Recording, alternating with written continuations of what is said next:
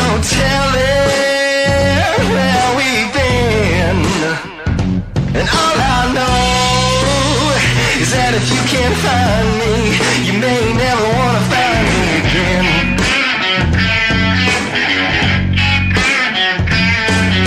Cause people don't understand. People don't understand. People like me. Ladies and gentlemen, welcome to this gathering of right-wing Christian bigots here tonight on episode 44 of the Barroom Podcast. We're going to start off hot tonight because apparently we upset a few people. But before we get right into it, let's go ahead and introduce our cast or our lovely panel of group who are here with us tonight. We got Mr. Orange Hat Review still covering from Kidney Stones. How you doing there, Orange? Damn. Oh my God, the pain!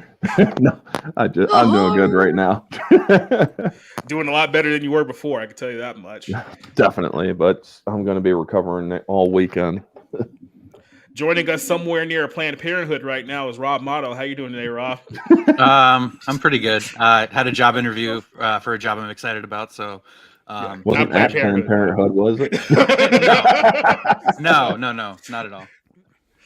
Also joining us today is Colt Classic Cage. I'm not sure if you and Rob are still tied for the most appearances on this show yet, but I think you guys are still neck and neck at this point. How you doing?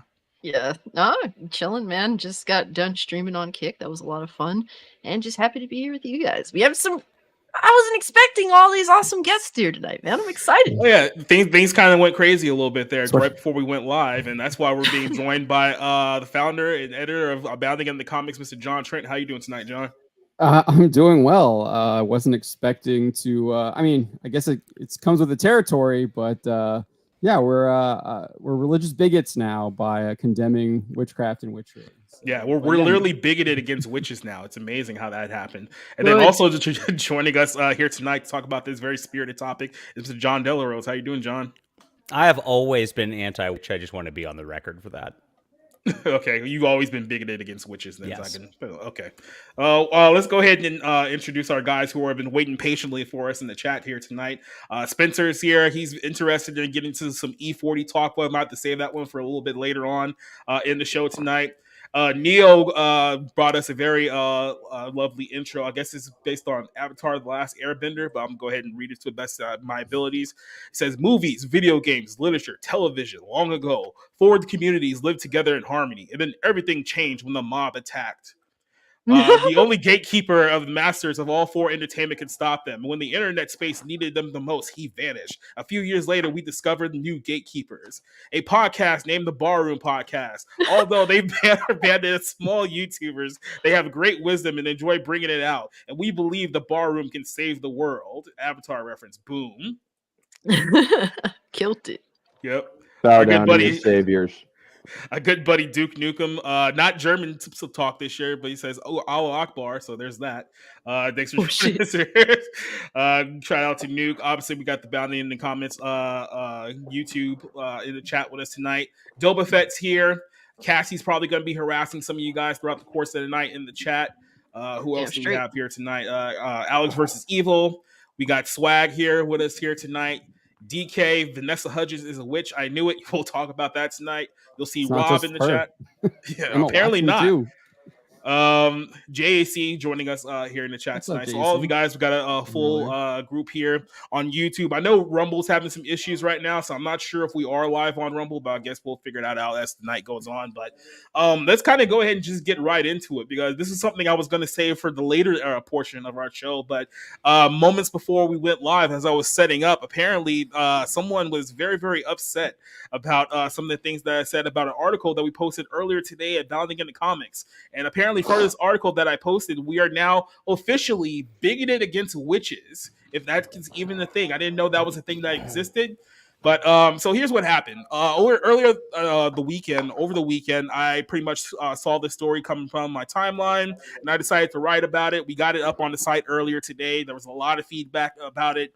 And apparently there's people who I guess identify as pagans who are very, very upset that I dare called Witchcraft, quote unquote, Satanic. So here's our article here Abounding in the Comics. Former Disney star Vanessa Hudgens promotes Satanic Witchcraft in her upcoming Tubi reality film, Dead Hot. So I was one of the few people who actually saw the full trailer for this one. I could say here that there was a few pictures that went along with the article that didn't get put out because it was a little too dark, but it's far worse than the title lets you to believe. Let's just put it that way. But here's the story here. Former Disney Channel star Vanessa Hudgens is currently promoting her upcoming film Dead Hot on the free content of platform Tubi, which sucks because I like Tubi. And this is a reality show that is about her passion project, which is Witchcraft. And here you see a picture of her surrounded by a bunch of witches wearing red and black. And of course, you're not supposed to think anything of this, but red and black. Oh yeah, those are my school colors, bitch. I'm gonna have to. Oh god, they got like red hoods on. They Your look school like is they're satanic from, too. No, that red and black is for lumberjacks, man. The only red and black I allow on this show is the NWO Wolfpack. If you're not part of that group, then no red and black on this show. Let's put it that way. But Hudgens, who got her big break on the High School Musical franchise, that's where a lot of people know her from. She decided to do a TV film with JJ Marie, who I've never heard of in my life, but apparently they're buddies. She's a DJ.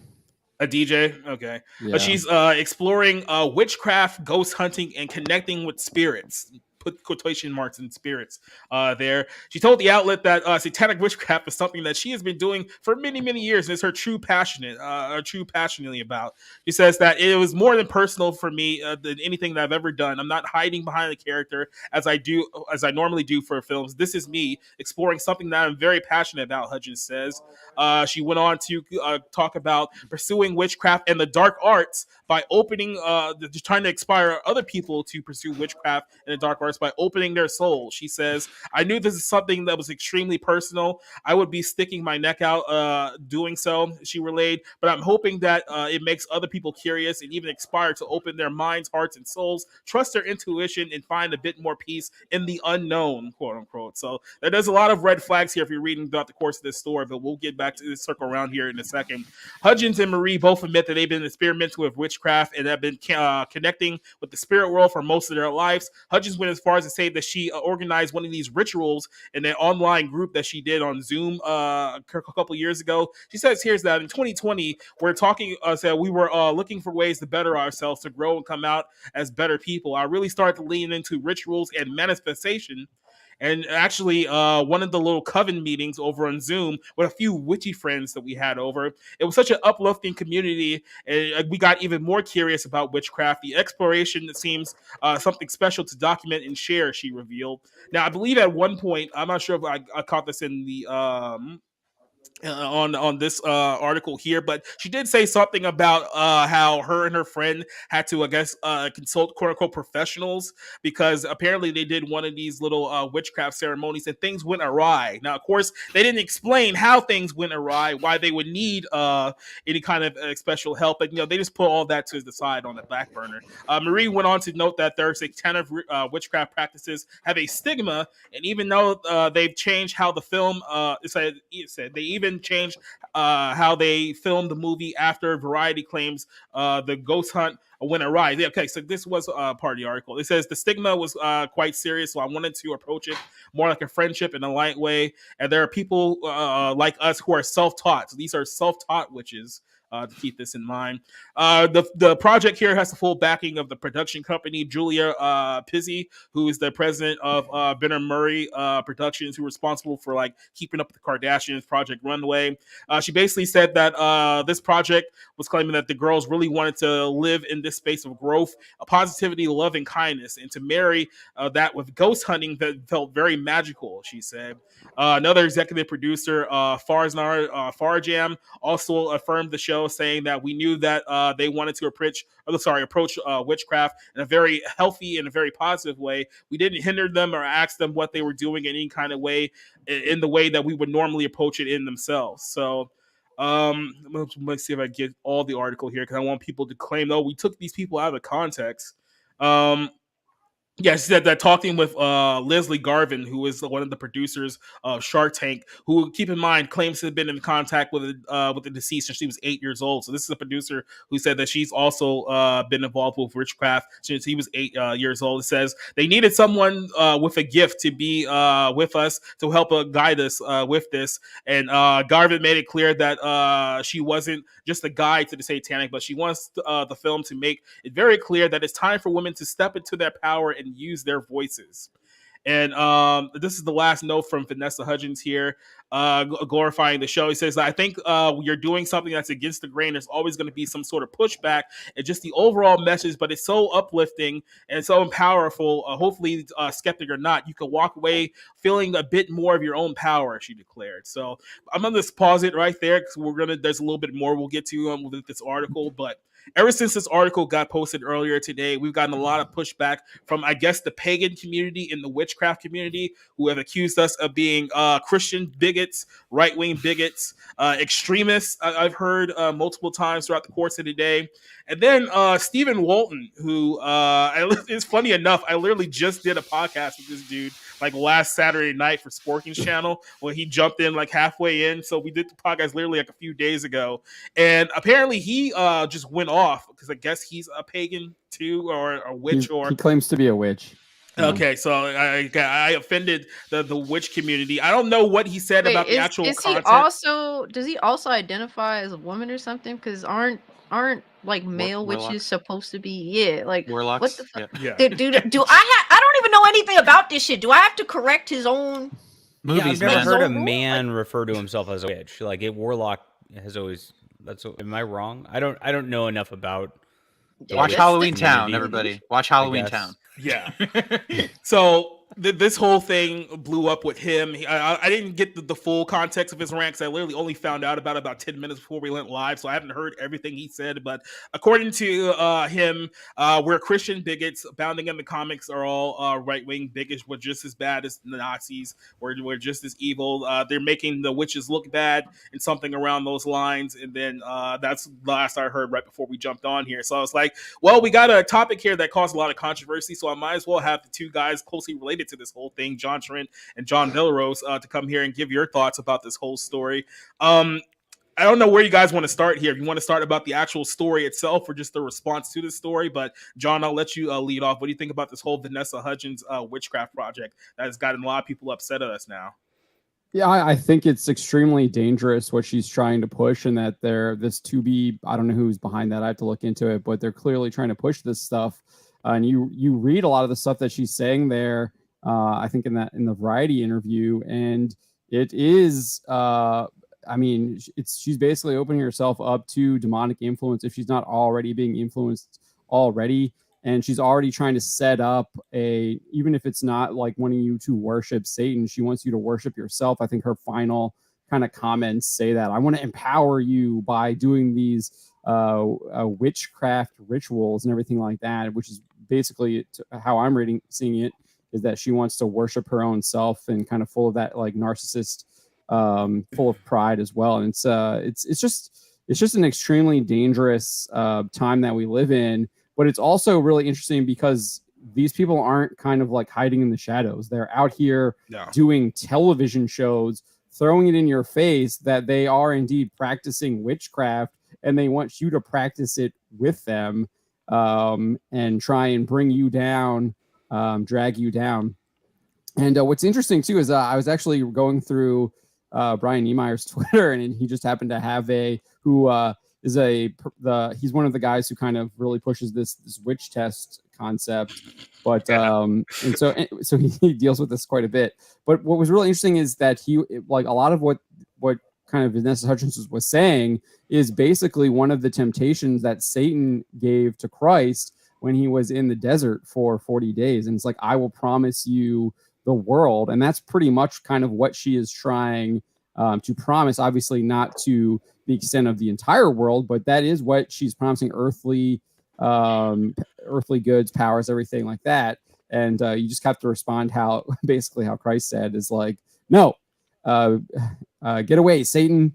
The only God is God the Father. So obviously I'm paraphrasing, but yeah, I think that's kind of how you have to reject this stuff. And I'm glad you included the Bible quotations in there to actually explain that witchcraft is demonic and it should be avoided at all costs. And it can endanger your soul.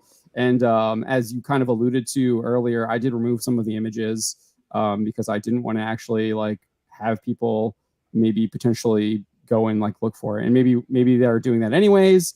But I did after your advice, I did go back and put in a couple images that do kind of show that she's clearly practicing rituals in the trailer. Yeah, like I said, it's pretty bad. Like I said, some of the pictures from the trailer were pretty damning.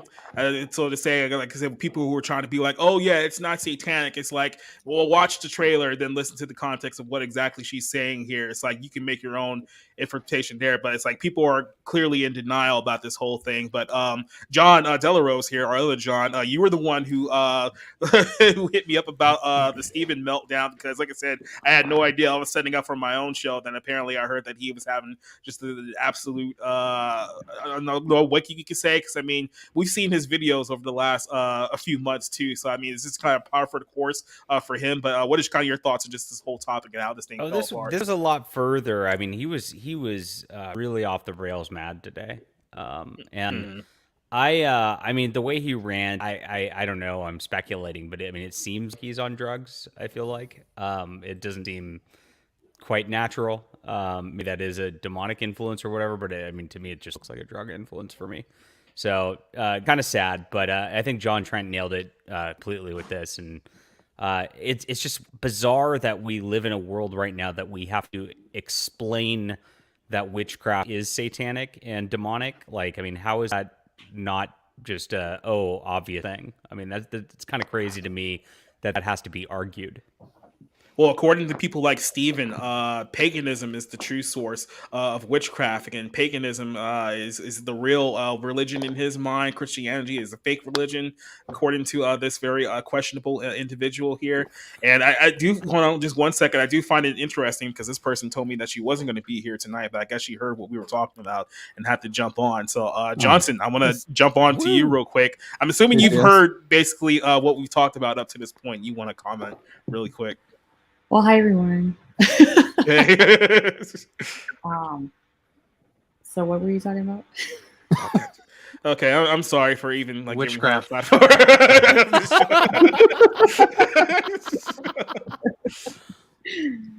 Yeah, so like I said, Vanessa Hudgens is doing a Tubi show about witchcraft, and it's very dark, very evil. And then, of course, when we pointed that out and exactly why it's dark and evil, people actually bitched and moaned at us. But there was other interviews that I was watching of her promoting this whole thing, and it's the whole idea that, you know, yeah, I use witchcraft to talk to spirits and do like ghost hunting and stuff like this, and I talk to the dead all the time. This is the things that she's saying promoting this show, and this is what gets a lot of people into trouble. Is that they make it sound really sexy and appealing. It's like, oh, witchcraft, I get to do some spells and I get to talk to the dead and stuff like that. Like, here's the problem. It's like, how do you truly know that if what you're saying is true, that you're actually talking to the dead? Well, first of all, or if you're talking to something that's far more sinister in this whole era of just like witchcraft, you can call it pagan all you want. For me, the people who are saying that it's not satanic, it's pagan, you're the exact same people who say when people out themselves as Satanists, they say, oh, well, I'm a Satanist, but I don't like worship the devil or anything like that. It's like, I just view myself as my own God. It's like, okay, bro, whatever you say. It's like, if you're that far into the rabbit hole, then whatever it is. But Johnson, do you have any thoughts on this one before I shoot it off to our good buddies on top? Well, she needs to repent, obviously. So, yeah, amen. And we should pray for her. Pray for them. Yep. Yep. I mean, like, they're like one of my favorite books of the Bibles is actually like Samuel, and they have the Witch of Endor where she brings him up and she can talk. Like his spirit's able to talk to King Saul at the time, and I'm like, this is like not a good thing. This is not a good thing. This is not appropriate for. I mean, like the pagans are just like they're people that worship Satan by any other name but Satan, I guess, right? So this is kind of like an idol and a way for power, and I get that on some level, like she probably feels powerless being a former Disney star, you know. And I mean, I don't know. This is just pray for her to repent. So that's creepy, and it's not going to end well. I mean, just ask Muhammad, just ask Joseph Smith. Okay, it's not going to end well. Yeah, I mean, I don't want to upset people. I mean, we've already upset the witches tonight. So if I start talking about, you know, the origin of Muhammad's, you know, alleged revelation with the angel Gabriel, then, you know, we're gonna start getting really people in trouble tonight. But I'm gonna shoot there's this some over golden to tablets in an Idaho cave too. You know. One issue at a time for tonight. Rob, what do you think about this whole story? Besides Vanessa Hudgens being hot. Yeah, I'm a bit of an outsider, I guess, on this issue because, you know, being an agnostic since I was 18, basically, you know, I've kind of heard about, and, you know, there's different influences that have tried to talk about the differences between, you know, paganism and Satanism and Luciferianism and how they're all different things. And honestly, I always threw it up with shit like ghosts, you know, things I don't really believe in, so I don't take them seriously. But you know, and somebody asked in the chat, you know, how do you compare this thing that Vanessa Hudgens is in with like things like Suspiria or whatever? I mean, I'd probably say it's the point of view of like being critical of like, oh, hey, you fuck around with, you know, dark magic and shit you don't understand. Guess what? You get, you know, it's nothing good happens. So, but it feels like this show isn't doing that. The show is not being critical of these ideas and where it can kind of lead. So, you know, I ultimately think that's not a good thing, but you know, that's why in the chat today I was like, okay, is it like straight up devil worship, or is it like, hey, I believe in the earth and the elements and this kind of like hippy dippy bullshit when it comes to like spirituality? Well, I'm glad I don't know. I'm glad you brought that up because, like I said, that one quote in the article where we were like, well, you know, we did one little seance, but things kind of went awry, so we have to go talk to the professionals. It's like, well, what exactly went awry? What went wrong that you felt like, hey, maybe we should have some quote unquote professional witches help us out and guide us? You want to talk a little bit more about that? But it's like they sweep the negative part of the story completely under the rug because that's not the sexy part of the story. They try to make people think like, oh, witchcraft is this great, amazing thing, and nothing bad's going to happen to you if you practice it, you know. I also just want to clarify that this is very different from a film that is fiction like Suspiria. This is a reality show showing her actually participating in these rituals and going on quote unquote ghost hunts where there's no such thing because she's bringing in her own things. There's no such thing as a haunted house. She's bringing in her own what she brought in there is what's in that house. Like the house, like they don't occupy physical locations. Okay, I thought it was like a scripted show. So this is a reality show. No, this is a reality. Oh my god! Then it's like okay, then a completely different thing. Holy shit! I did update the headline because people were like didn't realize that even though it says it in the first sentence of the article, and I was like, all right, don't even want to deal with people putting this, so I wanted to clarify that. So I did update the headline. Yeah, like I say, this is a reality show. This isn't like a fictional thing that they're working on. Like, there's other fictional things that have very, very sus, to put it lightly, but this is her reality show. This is her coming out publicly as being a witch, quote unquote. So this is her. Yeah, keep in mind. Go ahead. You just did a review on Nefarious that deals with like literally a demon possessing a guy. Yeah. And gave it a good review, but it's also showing you the horrors of what that actually involves. And horror in general is a very it's a God-fearing genre for a lot of times because it's showing you kind of our kind of human nature and what we can actually do to each other. And that is kind of, it is truly horrifying, but it also can explore supernatural things and everything like that. But this is not a horror film. This is a reality movie. Yeah, I guess is how they're marketing it. Cassie, I'll shoot this one up to you. Like I said, one thing that's important to detail in this article that these people have been doing this stuff for years. They've been doing it in secret because they can't come out and just say what they're doing in the public eye because they know the reaction that they're going to get. So they're in a point right now where they feel like they can normalize this, which is why people are coming out being like, "Oh yeah, I'm a witch and I'm into these type of things," and this is why you're seeing on television more darker and satanic related content, which is there was another article we posted earlier today about the Disney Plus greenlighting a show about a teenager who falls in love with Satan and has his baby, and it's supposed to be a coming of age story that they're putting on like Disney Plus, and there's like a whole bunch of other things that are coming out now too. So it's like we're getting to the point now where it's like, look, these people have already been doing this, but now they feel like they're comfortable at letting you know exactly what they've been doing. What's your thoughts on this whole craziness? So, these people are fucking meme to me at best.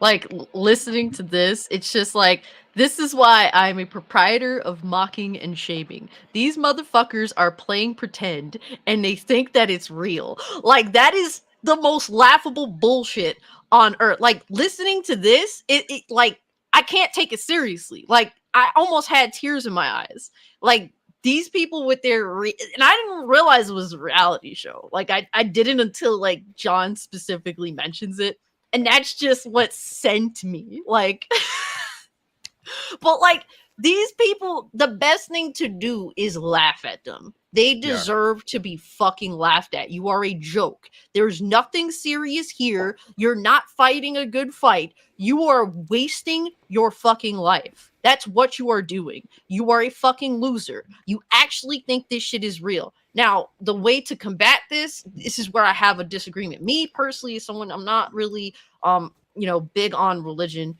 The best way, I don't think that bringing the Bible to this is a good way to go about it if you want to make an example of these fucking people. The best way to do is just to go all out disrespectful on them. We don't, because the thing is, once, like, when you bring the Bible into the situation, whether you believe or not, you will automatically have a mass amount of people go against you. That's just the reality of the situation.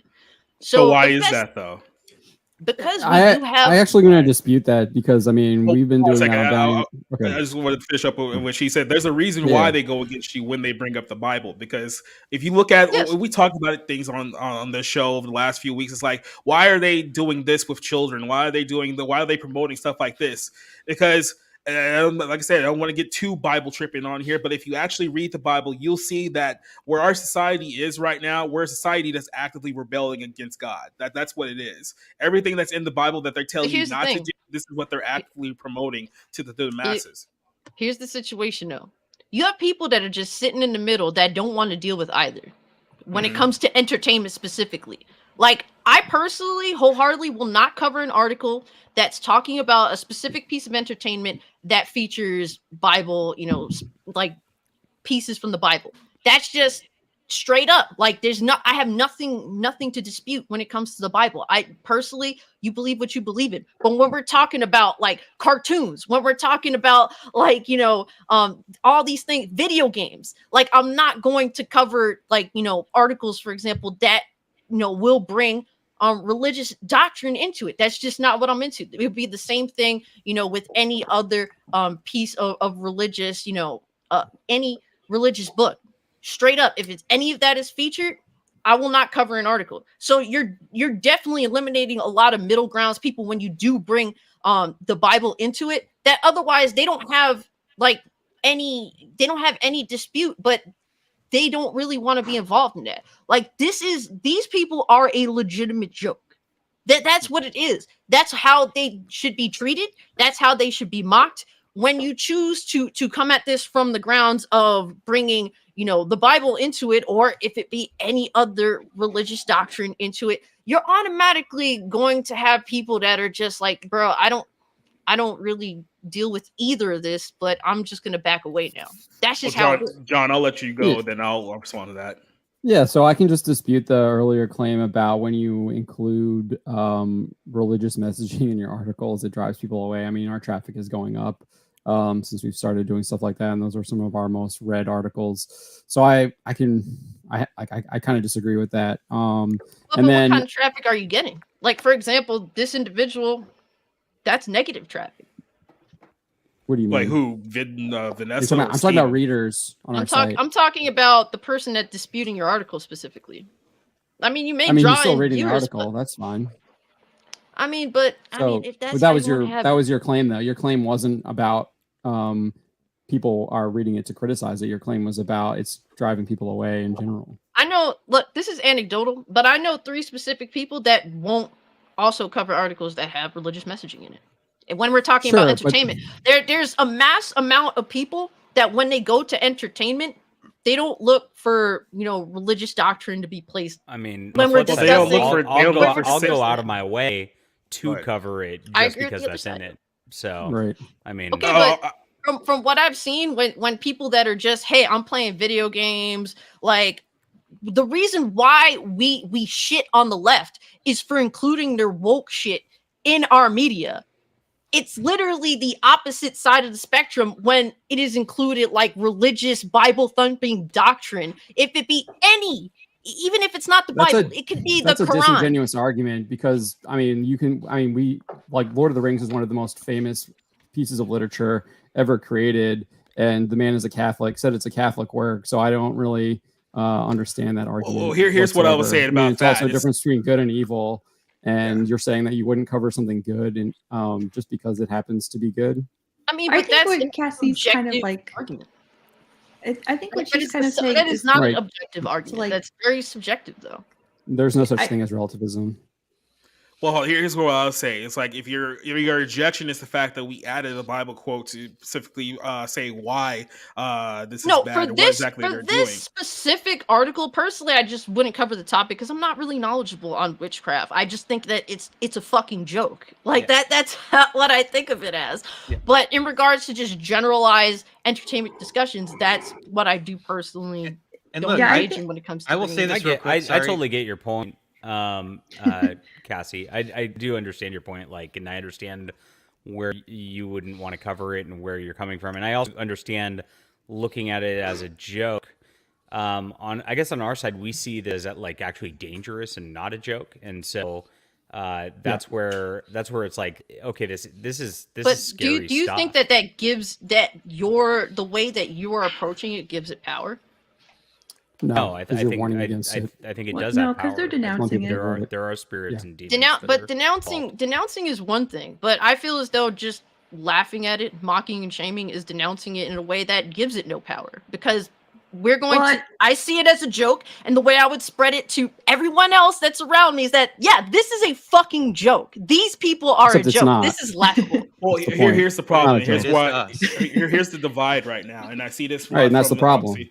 But here's the problem with where this whole divide is, because obviously you have people here who are religious and people out here who are not religious. The people out here who are not religious, we've talked about these type of stories all the time. It's like we're always looking for a meaning of why these things are happening, or why these people are doing exactly like what they're doing, and why like Vanessa Hudgens will even think that it's a good idea to promote something like this. Well, clearly Vanessa Hudgens belongs to some kind of religion. It ain't Christianity, but she belongs around some kind of religion where this is where she chooses to promote. This is what she's trying to promote to the masses to inspire them to come to her, right? So from a religious perspective, if you are a Christian or a Catholic, because I know we got Christians and Catholics on here right now, you're seeing what's happening here, and you're seeing that there's a much more sinister agenda here at play. So instead of just like sitting here kind of pretending like, this whole thing is a joke. Well, it's not a joke to the people who are actually pushing it. It's not a joke to the people who are actually doing it. They are a joke. They take it seriously, but they themselves are the fucking joke.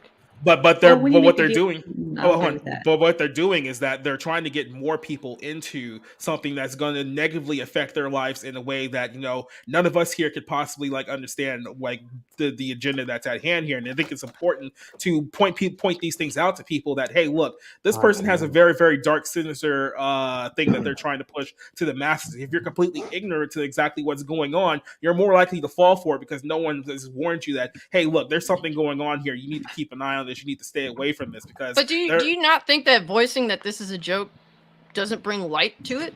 It does bring light to it. There's a quote from a 1996 film that the greatest trick the devil played was making people believe he didn't exist. Yeah, That's so isn't that from the Screw Tape Letters too? The Usual Suspects. Yeah, The Usual Suspects 95. is the film. By the way, is that like like that's been around since like the 60s. I was looking at an article today about it. It's been around for a while, but I do want to point this out. So saying, though, like just make fun of these people, because I do that a lot with my type of humor too. So I understand it. Like I make fun of people, like to just like make their point, and it is. I mean, I got to say that tactic, in a lot of instances, is very effective. So I totally understand that. It just depends on when that's appropriate and what you're going for. Tactics are tactics at the end of the day. I also wanted to respond to your argument about you don't cover things, you just want to cover entertainment, but the entertainment that is being created, and I can use Tolkien again as an example. He says he was a Catholic man, that obviously affected his writing. It was in there, and it's here's not just one. To me, personally. Right, but you just want to cover entertainment is what you're saying, but you can't just cover entertainment outside of the people that are creating it, which clearly they have religion. They're telling us what their religion is, and it's being input into the entertainment, and we see that in the entertainment. That's why they pushing all this messages, because that is the reason they go. And hold on, and then but this is from Jon Favreau, the guy who's like writing The Mandalorian. He says here that what is it? He says that the understanding that stories for the generation that's coming of age can open doors to people and help guide the values of our culture if stories are told well. So to me, that's the part I feel. And then he also goes on and he says here that that there are life lessons that are in these stories that carry on the tradition. And speaking to George Lucas, he felt that the Western was the genre that helped teach a generation of people coming of age about the value systems that are espoused by that genre, and that Star Wars, part of that responsibility is remembering that part of your audience is a whole generation that's coming of age, and through stories we express our values to the next generation. And so one of the things he said was not to lose sight. So I mean, even though you're just talking about the entertainment stuff, these people that are making the entertainment are trying to project values through that entertainment onto the people that are watching them. So yes, but you don't need any form of religion to either express, bad or good values. You don't. Well, there's something that I would like to point out, if I may. Can you explain that? Can you explain that how you see that? Because you can teach genuinely good values. You don't need any form of religious doctrine or anti-religious doctrine, whatever you have to do that. You can just teach someone how to be a good person. Well, here's the problem with that is that when someone says, "Oh, I'm a good person," you ask them by what metric? Because there's a lot of people on the other side who clearly aren't good people, who are under the impression that they are good people because maybe they support things like, I don't know, transmutilation. And in their minds, that also applies to people that go to church every Sunday. Some of the worst people I personally met are people that go to church every Sunday. Well, it happens on both sides. I'm just being objective with that situation. The bottom line is, if we want to destroy, essentially, wokeness, we must absolutely destroy it in a way that, makes it worthless. When you actually, come out and give power to this, then it's going to get power. And the greatest way that the whole woke culture gains power is by appealing to young people. And we're losing. If you're against that, if you're against all this, this is where it's the losing battle. They are getting to young, impressionable people. And how do you appeal to young, impressionable people? You do not. The last thing that works is bringing, your Bible to young, impressionable people. It works, in very small situations. But naturally, young people will rebel against it. I've rebelled essentially against a lot of things that my parents instilled in me, just because my parents told me to do it. When you bring this to young people, you're always going to lose this battle. Well, my YouTube channel is based upon, it is shitting on this type of stuff, woke culture and all that, and doing it in a ways that comes off, cool amongst a younger generation. That I'm the person that's willing to stand up. I'm not going to be the one that follows the rules. I break the rules. I am what is, I guess, considered the modern day punk. It's not something that I've taken on myself, but all like the true punk of generations prior, they don't exist anymore. They are the ones that suck the cock of government. They're the ones that do all this shit now. The ones that, rage with the machine. Like that's literally what Rage Against the Machine has become. Yeah. If you want to appeal to younger people and actually change this for the better, you have to go about it in a way that they can relate to. They can relate to rebellion. That I really feel as though we are the rebellion. Like, we truly are. Because this whole culture, it has been endorsed by our government. It has been endorsed by, popular modern day pop culture. And if you don't go about it in a means that actually is useful to the younger generation to influence them to reject this, then you're going to lose. This is why I'm libertarian and not like, with conservatives and all that, because they don't fucking get it. They continue to not get it. And that's why every time you introduce conservatism and all that, they reject it naturally. Real quick then. So let me ask you this question. Real quick. I go. So let me just real quick. If you are afraid of stating what your values are because it might not be cool and it might lose somebody because of that, you've already lost the battle. And so if that's the case, like you're never going to get your point across because like you're always going to be holding back while the other side's always going to be pushing 100%. And that's actually the state of where we're at right now in the world. And so I think it's great. I think Bounding should put Bible verses articles, and I think putting biblical messages into films and books, all that is great because it is the truth, and the truth is beautiful. And I'm gonna just part with that and take my kids to lessons. So good to see you, Cassie. I understand your point, though. Good evening, So John. I appreciate you. Have a good evening. You guys soon. Have fun. Have a good one. So here's what I would. Go ahead, Johnson. Can I go, please? Go. All right, I will say this. Like, so the one thing that like the young people is kind of like a debate that I appreciate because I'm an old soul. And one of the things I will say is like I understand like you're mocking and shaming, and I applaud it. I think you do a really great job at it, Cassie. And I think it's a good like kind of fringe sort of battle to wage, almost like guerrilla warfare, where you have different tactics that are at play. But we're dealing with people that are willing to do anything to win. Yes, that's really what it is. And I think like the best thing though is like when you're dealing with essentially people who act like children, adult children, is to tell them the truth. And the more that they see that you're right about things, the more that they'll start to realize that you were right about a lot more than they wanted to give you credit for. And I see this in my own children sometimes, enough to give me hope that I'll make it through their teenage years. And that's basically what I think is the important, like, it's good to like call them out, like, oh, Vanessa Hudgens was really making a deal with the devil. Well, he didn't, I mean, she must not have bought the bigger package, or she didn't put out enough for the bigger star, Yeah. I mean, like those kinds of jokes are funny. Ha ha ha. But we can also like say, obviously this is only going to lead to ruin and despair, and there's nothing good that's going to come from this, and she should turn back while she still can. And that's the larger kind of like spiritual cultural war that's at play is it too late for some of these people to turn back?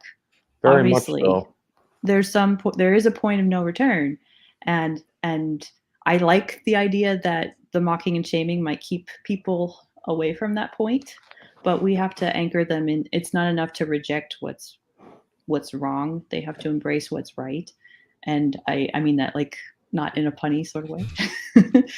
And I think that's where like the defensive war kind of analogy comes in, is like you won't win a defensive war. So here's what I'll say. Like 6 years ago, no, what 7 years ago now? 7 years ago when I started the site, I was basically where Cassie was. Like all I wanted to do was just review movies. That's literally how Society Reviews got started, which is straight up movie reviews. After a few months, maybe about a year or so, it got to a point where as movies started to become more and more political, and I started to notice a lot more things in films that I couldn't just go by doing straightforward movie reviews by not addressing the elephant in the room with a lot of these films. It just got to a point where either I'm just not going to be able to do this anymore. I'm going to have to start pointing out exactly the stuff that's being pushed in this film, because there's no other way to go about it in my mind. In my mind, you have to either straight up address what's happening here, or you're just going to ignore it entirely. I'm not against that at all. Addressing, said stupidity, I completely support. I do it all the time. It's more so what I'm getting from this is like dealing with two sorts of mindsets. One obviously, is wokeness, but then like the other side wants to get people into religion. And I'm, as a libertarian, if people choose that route, I completely support it. But to sort of, move yourself to try and force people onto that side, I just fundamentally don't get behind. It's not being so how are you forcing people by including it in an article? Well, that's not necessarily forcing, but I mean, you are pushing that, and that's what is going to make people reject that. I don't believe that it should be put in articles. Well, if somebody is pushing something that's inherently evil, even by their own definition, then how can you counteract that without bringing up a force that's inherently good? I was gonna say it's a good and evil dichotomy. Religion, it can be a good and also bad thing. That's just the reality of the situation.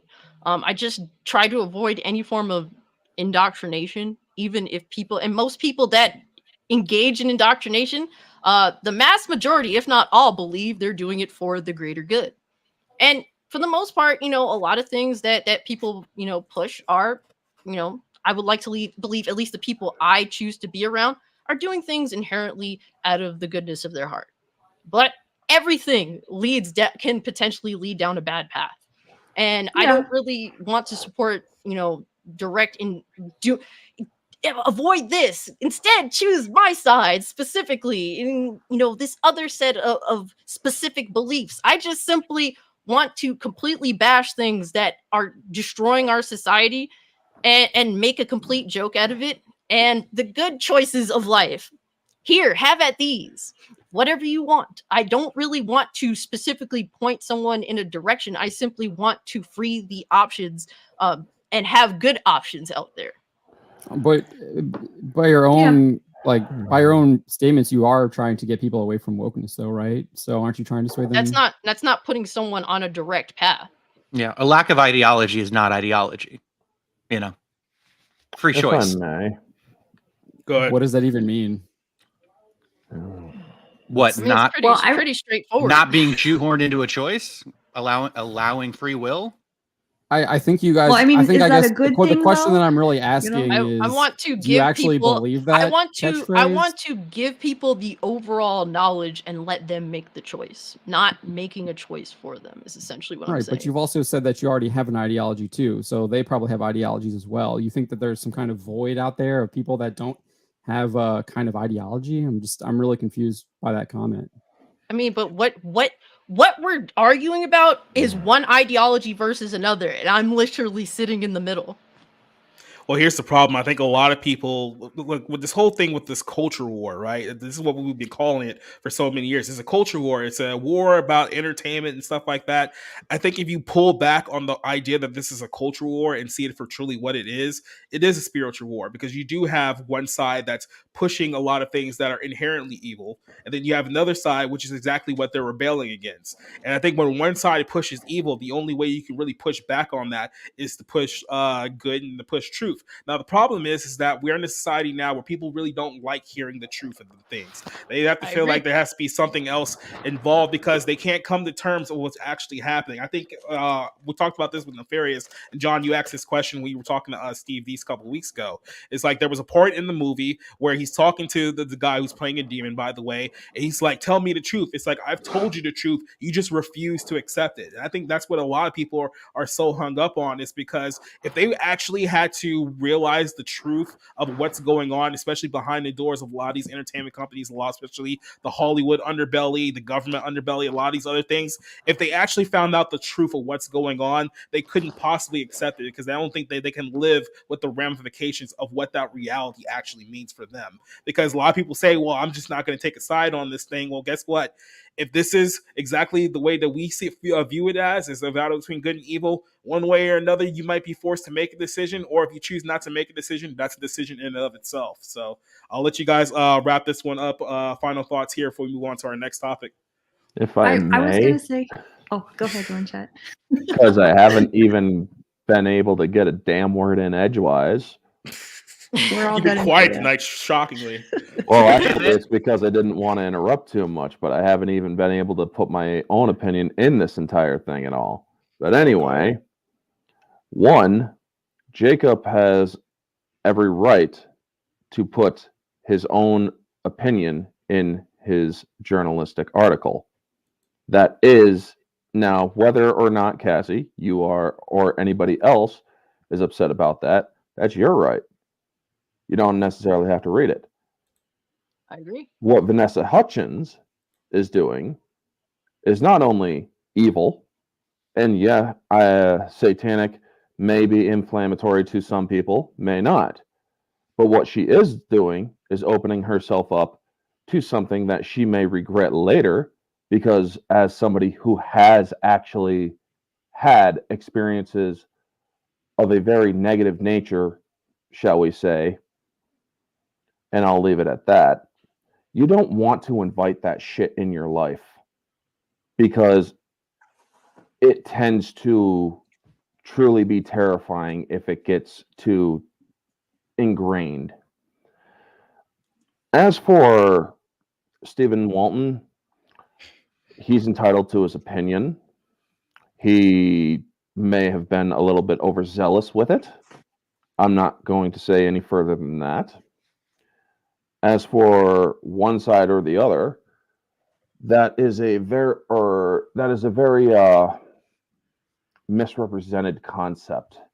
Because yes, there are two sides to every coin. However, people do tend to forget the middle, which is the rounded edge of the coin, which is the gray area. Every coin does not have just two sides. It has the third side, which is the bridge, which is where everything else falls into, which is Cassie, or which is the side that Cassie straddles, so to speak, in this sort of topic that we're discussing. And that is also fine. However, in a neutral ground, if you're neutral for too long, you're going to straddle a fence that's eventually going to saw you in half. Now, I don't really see myself as neutral, though, personally. Well, that's one way to look at it. Now, yeah, you can look at it from a religious point of view. You can look at it from an anti-religious point of view. Me, I am religious, but I am not overly religious. The way I see what Vanessa Hudgens is doing is simply inviting herself into something that she will regret very much later on if she does the wrong thing, which she's doing a lot of wrong things, but if she does the really wrong thing, she is, well, shall we say, fucked. But yeah, those are my thoughts on this. I'll leave it to the rest of you guys to do your final thoughts on this. I will say it's always interesting to me that people get upset when like the, what was the guy's name? Steven something? Walton. Yeah. Walton. Okay. Yeah. I think he got really upset because the alternative to witchcraft was brought in. It always a kind of like, I don't know. I notice when people get mad when you try to bring Christianity into things. So especially when it's you're kind talking of about funny good and evil. how some people respond like demons whenever you bring up that point too, right? He took it as a personal attack. He pulled a Brie Larson. Is that a personal attack? No. Well, religious values do tend to be very personal, and that's why it's very difficult to to discuss them without clarifying a lot of terms and definitions sometimes. Like when you said earlier, like you can raise good children and with good values without God. I don't necessarily believe that, because I believe that God is the source of all goodness. And I understand that. Well, that's from a religious perspective. Yeah, I know. Exactly. Which I believe is completely fine. I'm not against that. Yeah, Right, but that's it's what I was just trying to ask you is where does your sense of values come from if you don't believe that? Well, I mean, they come from yourself and your own life experience. Morality does not, or morality is based in every Right, single. Morality is based in every single argument, whether it be an argument for good. Because here's another truth that a lot of people don't acknowledge: those who do evil believe they are doing good. Not necessarily. Yeah, it's not- yeah. I mean, No, I'm going to lean on that. That is a common thing that is something that a lot of people don't agree with. But however, if you look at it, many people there's two sides to every argument. Why else would you have the argument if you didn't believe you were in the right? I mean, Orange, I'll agree that there's a lot of villains that are like, they think they're in the right. They think they're doing right, which, doesn't mean they're not being evil. So I agree with that. But there's also I also believe in just genuine evil, that people do things because they know how fucking wicked it is. So, well, I mean, that exists too. I mean, that's criminals, called absolute evil. That's outside of my point. Okay. I mean, you got delusional people out there that think that Lucifer was some great liberator against the oppression of God. So I mean, you have those people out there. In hell than serve in heaven. Mm-hmm. I wanted to just circle back to the question about if you don't believe that values come from God and you think that they come from yourself, what happens if you run into someone who has a different set of values than you then? I just have the cop out of I don't know. You'd have to give me a specific example. It's kind of Well, like just, very broad. We spent an hour on this one topic. Yep. Well, it's an interesting conversation. I mean, I already cut out the Jamie Foxx one. He's in the hospital. It's like I don't need to read any form of doctrine in order to say that murder's bad. It's fucking bad.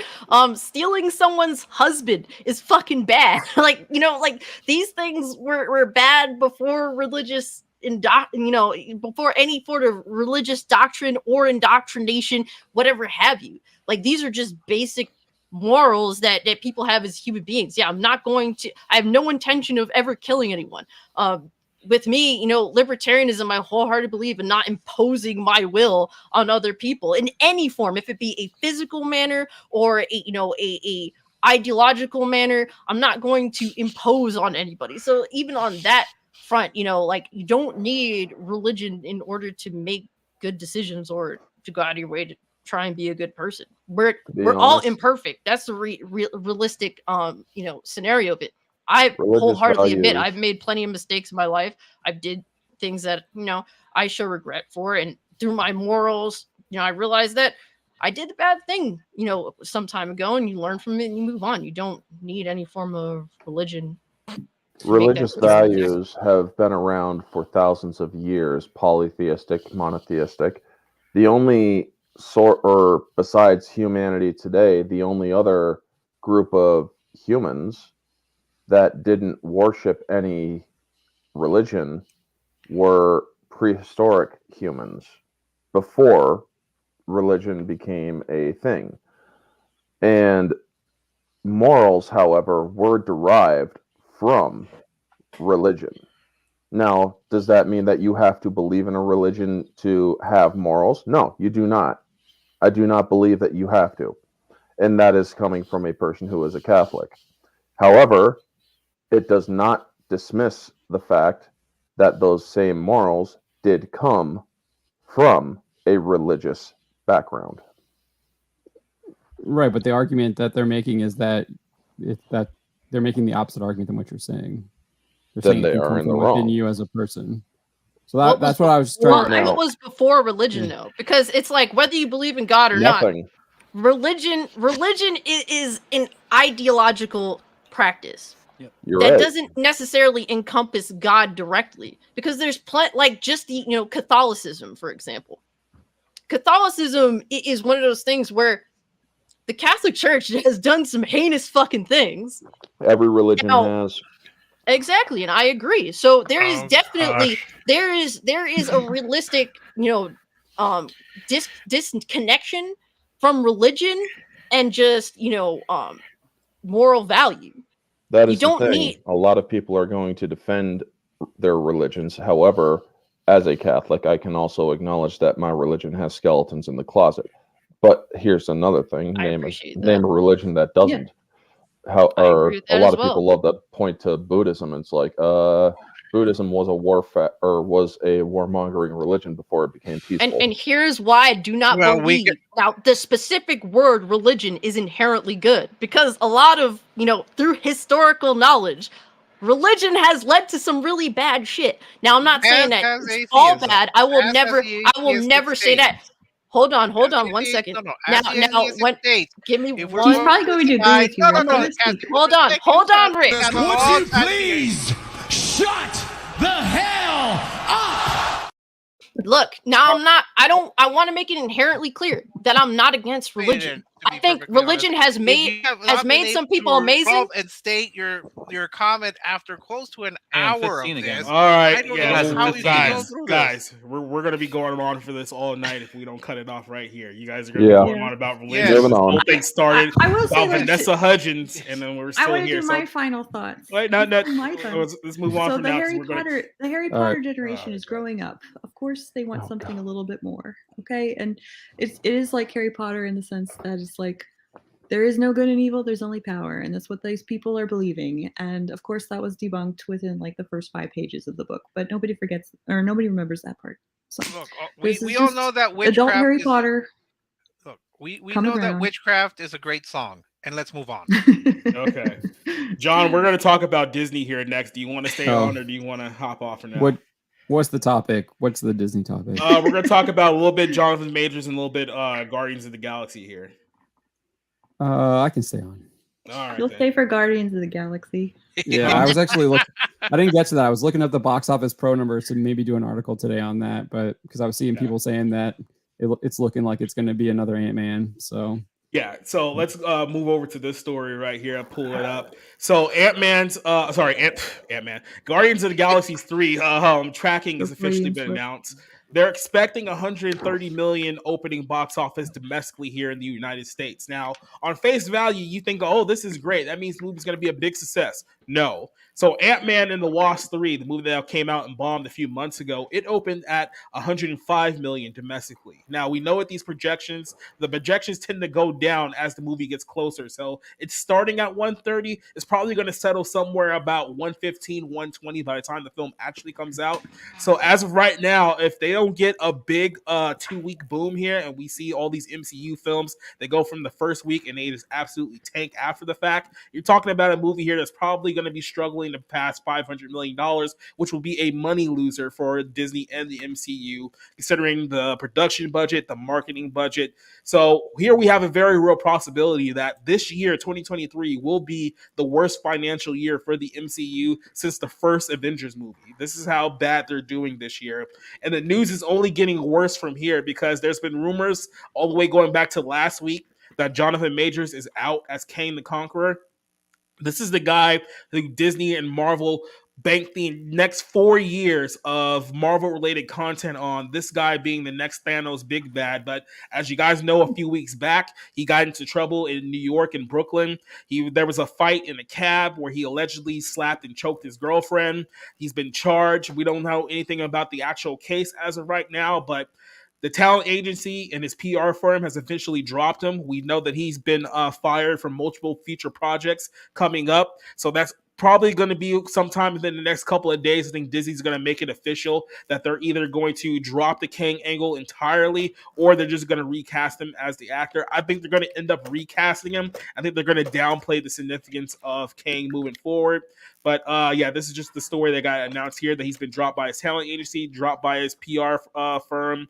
Like I said, and the rumor is right now that he is out as Kang the Conqueror. He will not be back in the role for the Disney universe moving forward. forward. So, John, I don't know how much time you have, but I want to get your thoughts on this topic because it's rare that I actually get to go to you here. What is your thoughts on just the entire feature of the MCU? It seems like this is just about over right now. What do you think? I mean, I think it can still probably churn out a couple more years, whatever they've got going on. Maybe they get a big hit that keeps people on for a little bit longer. There's like a diamond in the rough or something like that. But yeah, it definitely is on a downward trend. It's just like Star Wars. It's going to go pretty quick. I think it is going pretty quick already. I mean, Ant-Man and the Wasp was, I think, one of the worst grosses that it's had. Obviously, also one of the worst rated films out of the entire Marvel Cinematic Universe. And I guess ever since Infinity War and Endgame, I guess the reactions from the audiences have significantly declined, and box offices are nowhere near even 800 million on a lot of these films now. And a lot of the films are that they might, even if they do get 800 million now, the inflation is so high now that it's not greater than like the movies that came before. So I definitely think it's on the downward trend. As far as Guardians of the Galaxy, I'm looking at Box Office Pro here, and I guess was that Deadline you were looking at, or yeah, there was a Deadline. Yeah, Box Office Pro is pretty much 120 to 155 opening, and then what I like about Box Office Pro is they also do kind of like total run, and there's a huge gap here for like 288 is what they've got domestic to 403. So that's that's a lot. It can go. They're really hedging there with those that high and that low.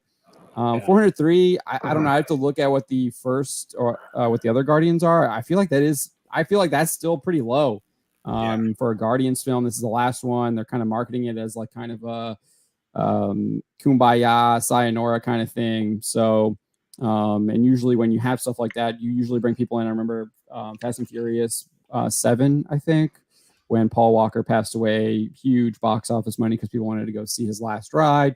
I think that also affected kind of the Dark Knight as well. What is interesting is I was looking here too at the IMDb or the movie release schedule on IMDb.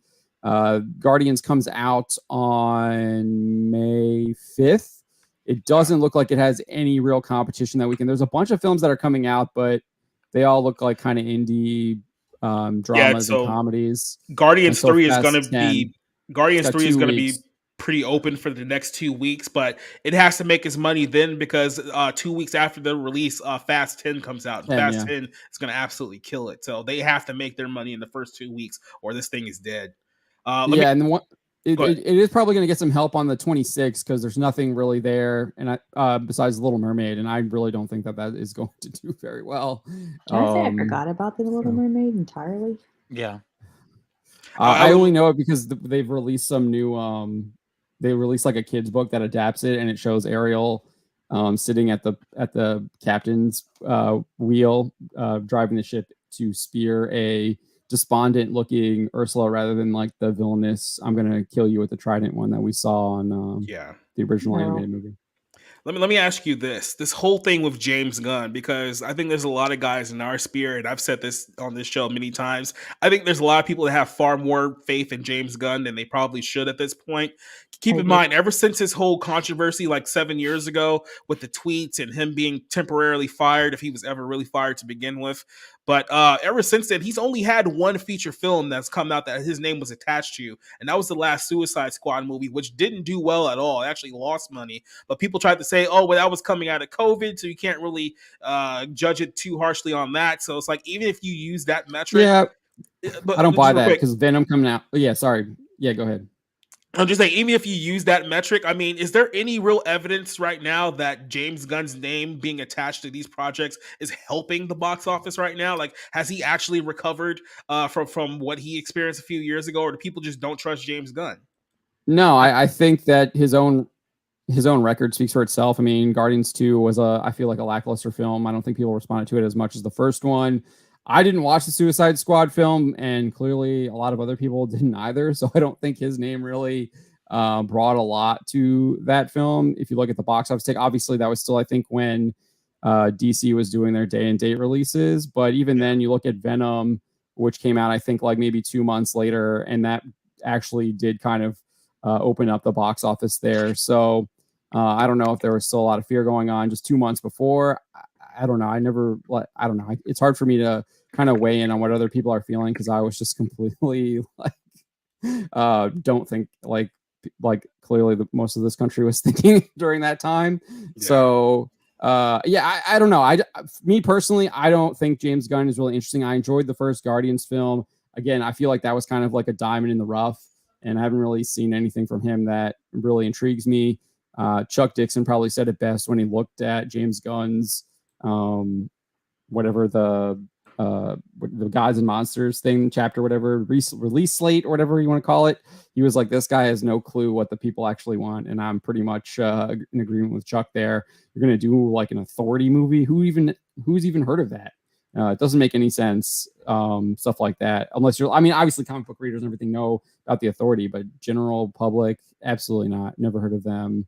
And you're trying to put that out like right away without building up your core characters yet. I mean, so I don't know. I don't really have any faith in what DC has done in the past, and they probably have still some of the same people over there. We know Tom King is on his writing team, and Tom King has just been atrocious in the comics.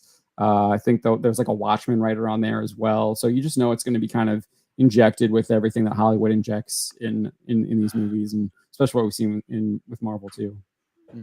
Rick, we talked a little bit about this last night. I'm going to hold on for you for a second. I'm going to go with Rob with this one. Do you think that it feels like Disney thought that they could just go on making these superhero movies forever and that they were all going to make $1 billion and people were never going to get tired of this? And now they've hit a wall. We've like 4 years removed from Endgame, where it feels like they should have just ended it there and went out on a good note. And now they're dragging down the entire ship with them here. I don't know what they're going to do with the whole Kang thing now that they're going to get rid of Jonathan Majors. For me, as you say, look, you know what? Screw all these other plans.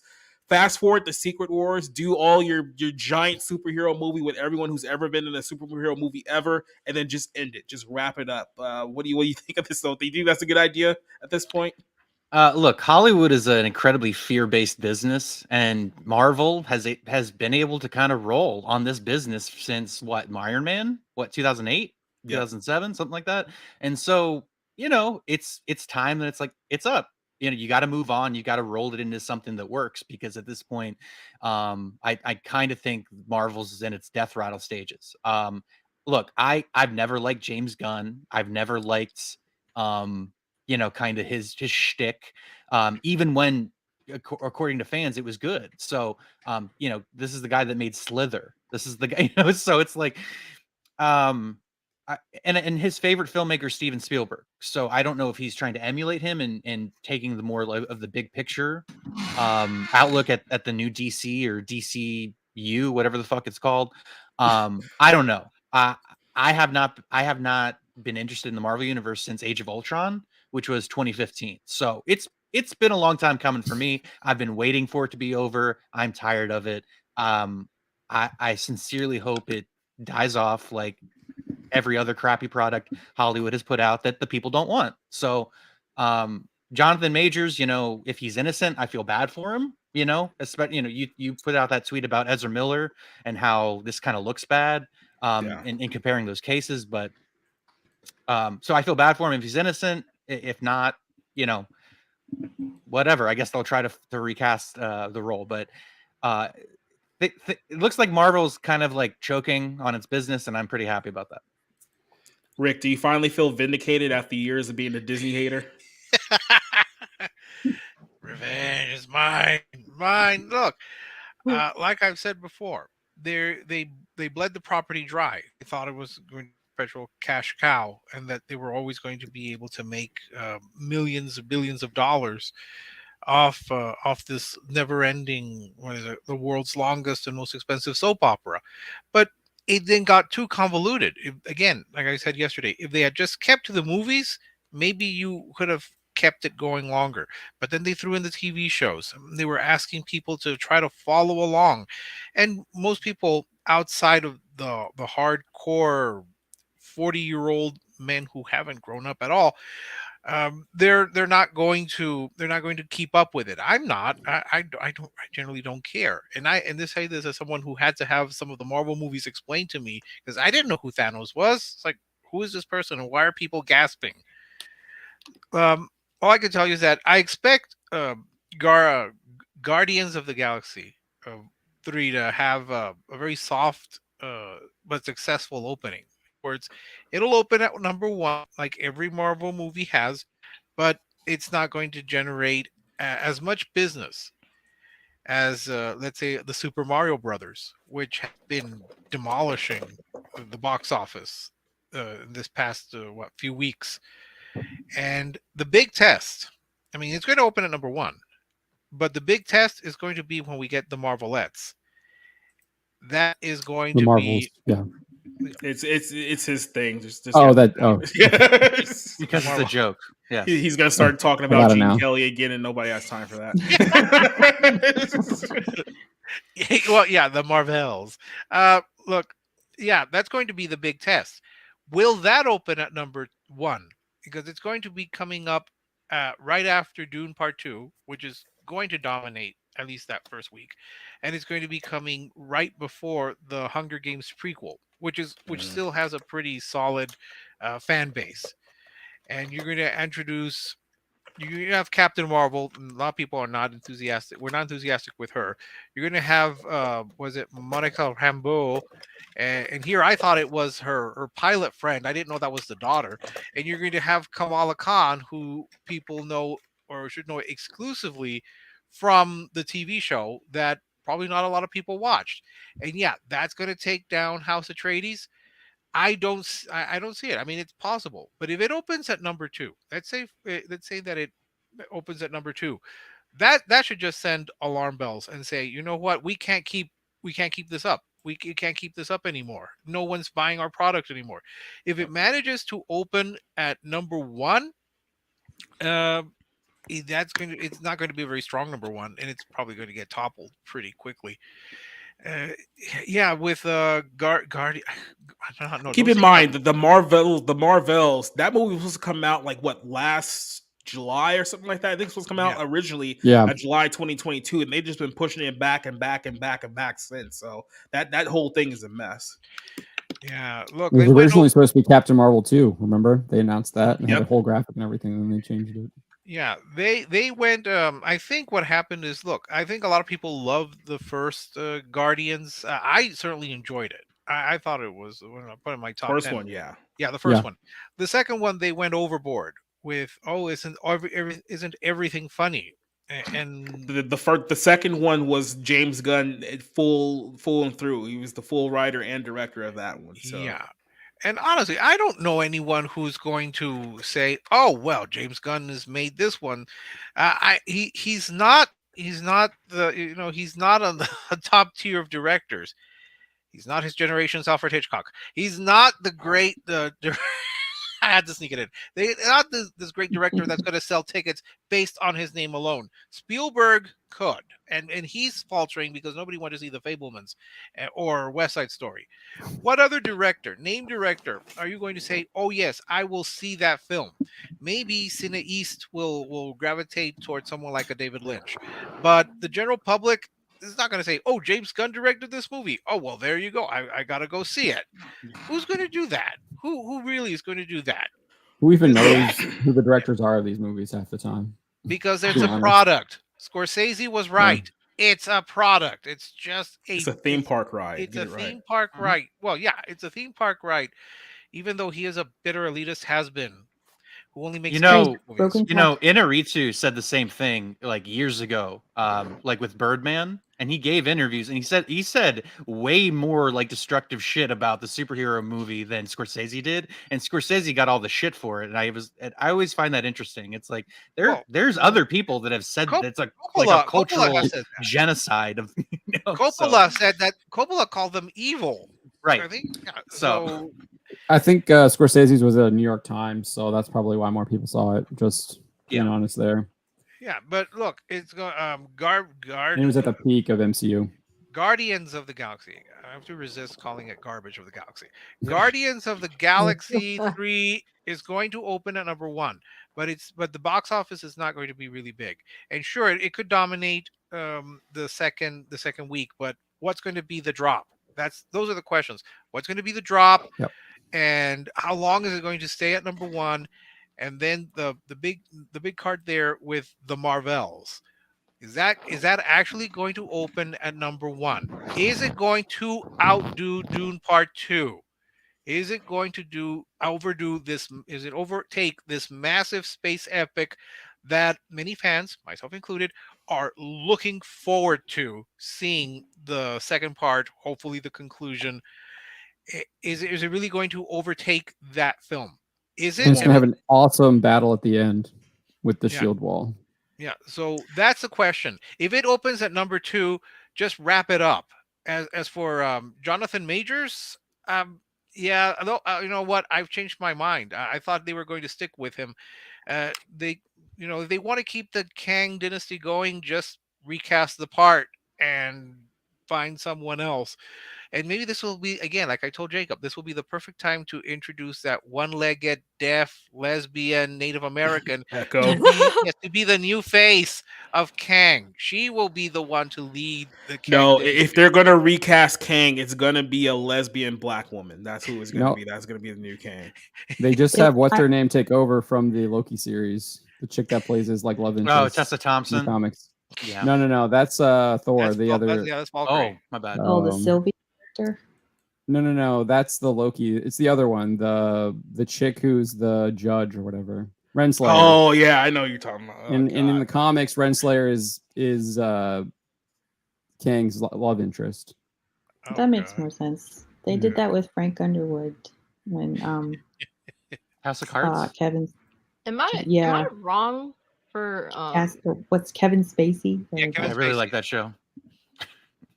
Real quick, yes. Is it true Guardians 2 made more than Guardians 1? Because No. I did a basic Google search. It should have. Yeah, right? it did. 869 to 770. That's not factoring inflation. It's probably still a little bit higher. But I think what Rick was saying is on point because I was looking at Guardians 2. The second week drop was like 55%. I don't think that any Marvel film has been that low since like Endgame. Maybe the Spider-Man movie, the last 2 Spider-Man movies, No Way Home and Far From Home might be on there. But I mean, we were seeing like 70% drops with Ant-Man. I think like 68% for whatever came, like huge drops for Thor and Doctor Strange as well. What was the drop for Eternals? That one's reviled. I'll have to look at that up. I mean, it couldn't be that big of a drop since there was no enthusiasm to fucking begin if with. it doesn't open well, the drop's not that bad. But yeah, exactly. If it's consistently shit the whole time. Yeah. So it had a 71.3 million opening and then a 26.8 million second weekend, which is a 62% drop. So, which goes to what Rob and Cassie are saying, because the opening was so low, the drop wasn't as high, but that's still a big drop because the opening was so low. And think about it. Oh, sorry. I was going to say that. Remember, this is the franchise that has Chris Pratt as the face of it, and he's one of the few people who could theoretically get people to come to the movies. Like, was one of the I think that this cast will get a well-rounded amount of people to be willing to go see it, because I think that, is it going to be a massive hit? No. Is it going to do better than the mass majority, like than Ant-Man, for example? Ant-Man the Wasp, certainly it's going to do a lot better than that. I think realistically speaking, I'm looking at Thor: Love and Thunder. That did, it didn't hit $1 billion, obviously, but it did relatively well in like the $700 million range, give or take. And Black Panther, it broke even. It exceeded $800 million. Yeah, this movie is likely not going to make much money, if any at all. Will it inherently flop, as in losing money? I don't think so. I think it's going to do well. There's a lot of people out there that are willing to go see Guardians of the Galaxy just to relive the yesteryears of when they thought. But what's the Marvel number? was doing well. The break even for this film was probably going to be at least 600 million to at least break even. And like I said, right now it's going to struggle to make about 5 if this is where it's going. Question, Cassie. Did you? I mean, for the third one, did you think the second one maybe soured some people on? I don't watch that shit. I stopped watching this shit years ago. You can't. It's been a while since I've seen one of these newer Marvel films. So, like, for me, I'm just looking for. I have no, skin in the game on this, but I can say that there's been a lot of people that still, they've been on the fence about Marvel for a while, but they're like, yeah, I'm actually kind of excited to see Guardians because it is a well-rounded group of people that are pretty likable on the forefront. So on that level, I think that this is going to do far better than Ant-Man and the Wasp, whatever the fuck that quantum shit. I think it's going to struggle to hit 400 personally, but Orange, we'll see what happens. But Orange, I'll let you wrap this one up. What is your thoughts on this whole Disney fiasco? Well, Jonathan Majors, I will be one to say I may have been wrong because I did offer benefit of the doubt because honestly, a person does deserve due process. However, I will also say this: Disney is pretty freaking horrendous because they didn't even wait for due process to go through. Yet DC is by far even more evil because they're allowing their damn employees to break the law, terrorize different countries, and still keep the bastards on. As for Guardians of the Galaxy 3, I have no interest. The only draw, Rick is right, the only draw it has right now is Chris Pratt. He is a respected name. James Gunn has not been relevant. Yes, he has a talent for directing, albeit a small talent, but he is never going to recover from the people who have longer memories than just 5 minutes. This man joked about wanting to diddle kids. This man held a pedophile-themed party at his house. And people remember that kind of stuff. I don't care what kind of movies he's planning to make in the future. I will not support them. And as much as I think Chris Pratt is a decent actor, maybe not the best actor, but a decent actor. Competent. Very competent. Yes. I will not support this movie because it also has another person that I really absolutely hate, and that is David Bautista. Oh, yeah. Exactly. That person is a genuine asshole. I mean, fortunately for Rick and I think his character got killed off in the first Dune, right? I think he's dead, or is he still alive? Oh yeah. Drax the Destroyer is coming, or are you talking about Dune? No, we're talking about Dune. No, Beast. Oh, yeah. Beast Rabin. Yeah. Beast Rabin. I believe going to be in the second one. Yeah, I don't think his character died. Oh, he did. No. I thought he died. Do you think it's no, Jason Momoa's character Jason who dies Momoa. in Dune? Yeah, Momoa's character No, died. Momoa's, I thought he died in the. Duncan, I thought he Idaho. died in the poison when you released the poison. We'll know when No, the he second one didn't. comes out. No, he Okay. didn't. It was his. No, it was someone else who died. Yeah, we'll know when the other one comes out, or we could just rewatch it on HBO Max. But all I know is that Jonathan Major, or if Marvel is in a big problem because one, they had to actually cut their damn fourth phase short without an Avengers film to finish it out.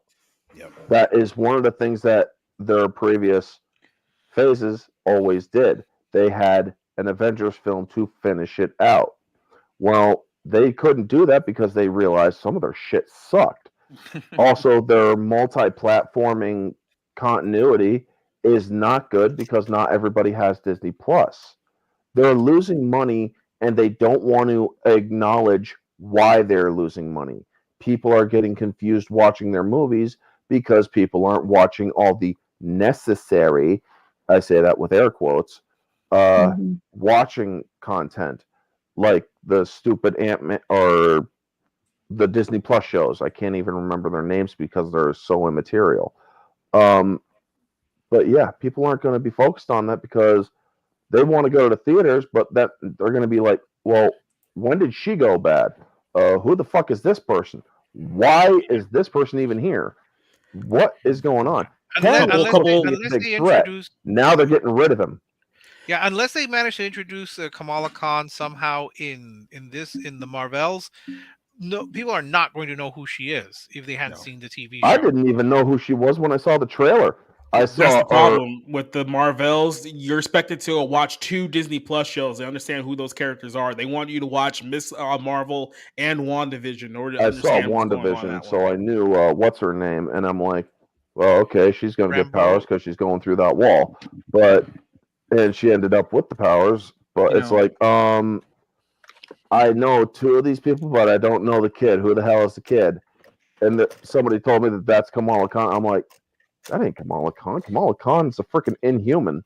If you told all the people who started the Hollywood system that 100 years after they started said system that people would need to watch a TV show before going to see a movie, their heads would roll off their fucking shoulders, because it's like it's and look, this is fine. Like, I'm old fashioned in this way. This is uncinematic garbage. This idea that you have to watch a TV show before stepping into a theater, which I don't know, the presentation demanded your attention. And this is like, oh, hey, you can look at your phone for half of it because, it literally doesn't matter. So I don't know. Not just a TV show, several. Yeah. Because I've heard of Hawkeye, and I don't know how that show even relates to any of the movies that have come out. It's because they plan on putting the girl in the new Avengers or whatever. What's her name? Kate Bishop. However, remember that. Rob actually has it right. Movies were supposed to lead to TV adaptations, not the other way around. And also, oh God, I forgot what I was going to say. Never mind.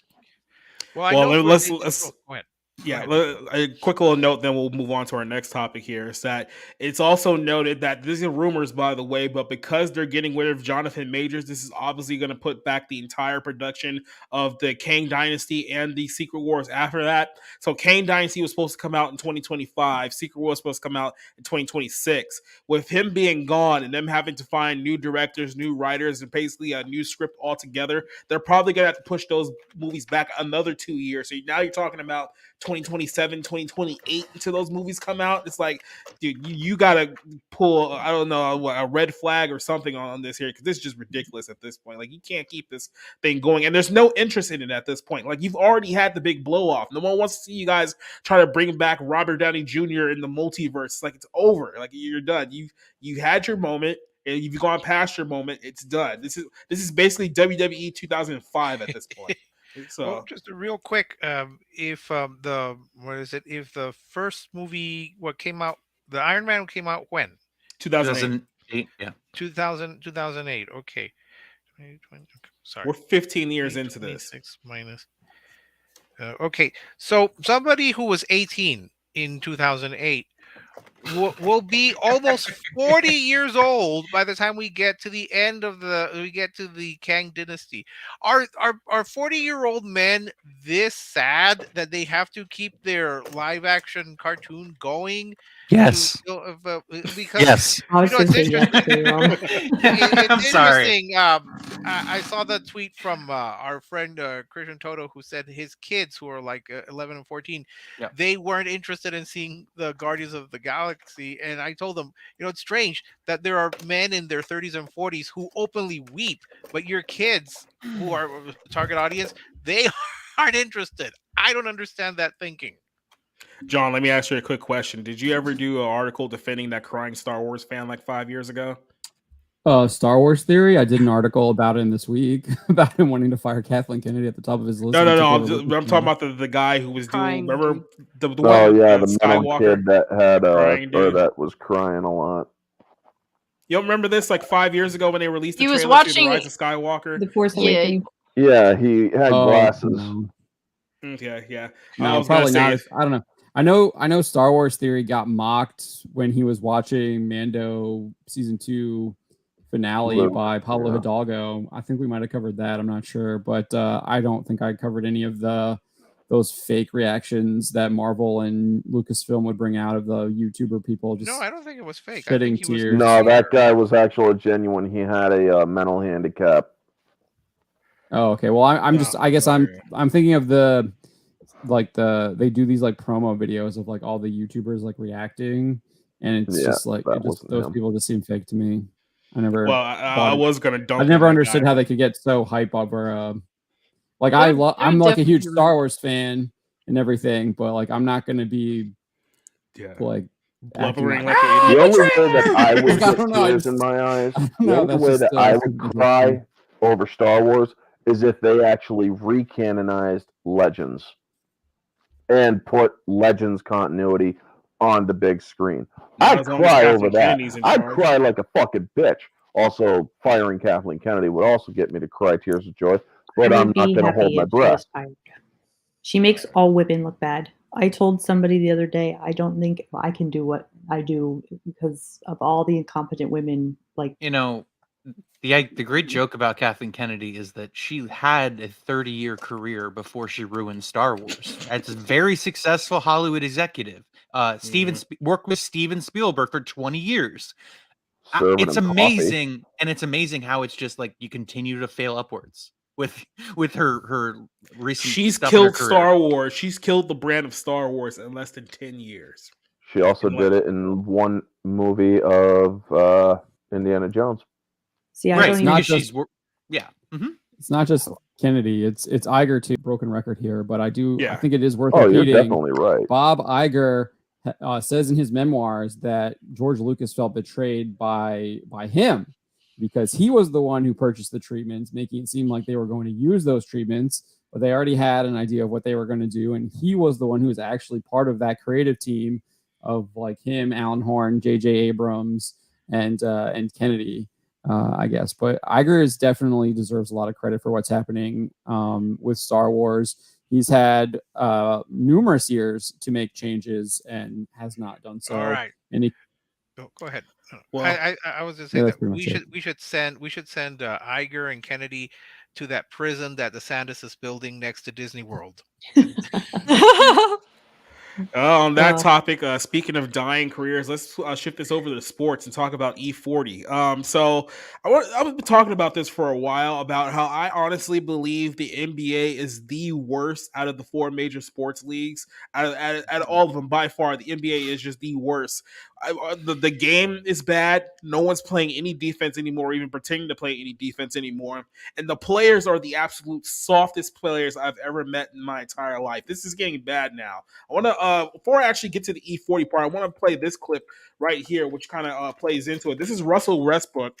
A couple of days ago, game one, they're playing the Phoenix Suns in the first round. And during halftime, Westbrook goes into the court seat lounge where one of the Suns fans was playing, and literally goes to this fan and yells at him because he was heckling him during the first half of the game. So this is a real video, by the way. Westbrook, keep in mind, this is halftime of a playoff game, and he's in a lounge yelling at a fan who's heckling him during the game.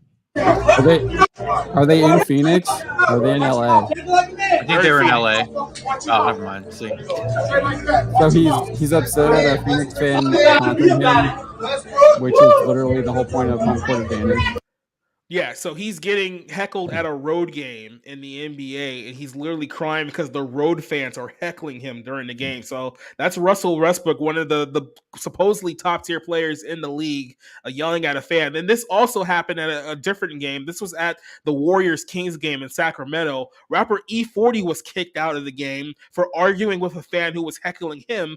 E-40 is a Warriors fan. He was at the Kings game, Sacramento, rival city, and he got into it with a woman who he was heckling him, and then he said something along the lines that security thought that he needed to be thrown out of. Well, now he's claiming that racial bias is the reason why he got kicked out of the game. E-40 is on here. I think there's a slight video of the security here, at least at the end. So this is like basically security is telling him like to leave at this point, and he's like obviously fighting with security, doesn't want to go. A lot of arguments going on here. He's a big guy. Yeah, he's always been a big dude. Just kick him in the nuts. That'll bring him down to size. But he says that, keep in mind, he's 55 years old, and he's saying that he was humiliated by this jarring spectacle and demanded the franchise to open an investigation into the incident that saw him got kicked out of his seats for the game. Real name Earl Tyrone Stevens Sr. was standing excessively at his courtside seats, allegedly blocking the view of other fans, and after allegedly receiving a warning from stadium security. It says Stevens claimed in the incident to the NBA's spokeswriter, what's this, Shams Shayanar, whatever his name, I'm pronouncing his name. Sharania. On Sunday, he was subjected to disrespectful heckling from the fans in the stands behind him during the games until he finally turned around and addressed the heckler in what he describes in an assertive but polite manner. I highly doubt that a rapper sounds like he's. Go ahead. It just sounds like he's confirming the original report that he was standing in their way and they were telling him to sit down. Yeah. Get out of the way. Did the heckler call him Shamu? So the woman who, and he's a big guy though too. He is a big guy. Like you can see him next to the security guards. I mean, he's clearly blocking the people sitting behind him views if he's standing up. Yep. It looks big enough that he could fill in part of Trump's wall. Maybe he just needed some new material for his next single. Okay. So yeah. Is there a rule about not standing Okay. if you're at courtside? Because like I've been to a lot of NFL games. I stand for almost the entire game just because it's like, the atmosphere, the energy, like whatever. But well, I mean, if everybody's standing, then it's like, yeah, you could stand. But I mean, it's considered rude if you're just the only person standing up blocking people's view like behind you. So I mean, I could understand if there was some frustration there. But he goes on to say that he had an exchange different with this from woman. any other sport like that. Yeah, sure. Like at hockey you sit down. Unless like there's like unless somebody scores like or is just close to scoring. Yeah. So he says that a security saw a disagreement between a black man and a white woman and immediately assumed that I was at fault.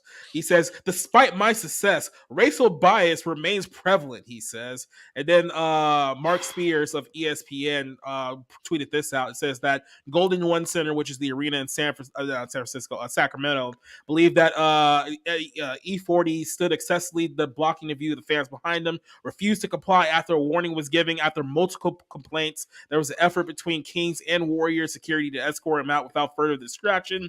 And according to E-40, this is all brought on because a white woman heckled him. So, of course, you have to figure out whose side of the story you believe here. This is the Kings, this is the stadium's release. The Sacramento Kings are taking these claims seriously and are investigating the facts made under the circumstances of this situation, as we do with any accusation that is made. The Kings they should have already done that, right? Like this reminds me of the Duke volleyball versus BYU earlier this year, and it's like there's how many security cameras in this building? You can clearly see if the guy's excessively standing or not. Yeah, you can. There's probably easily to tell whether or not he was actually excessively standing in front of people or not, and if he needed to be removed.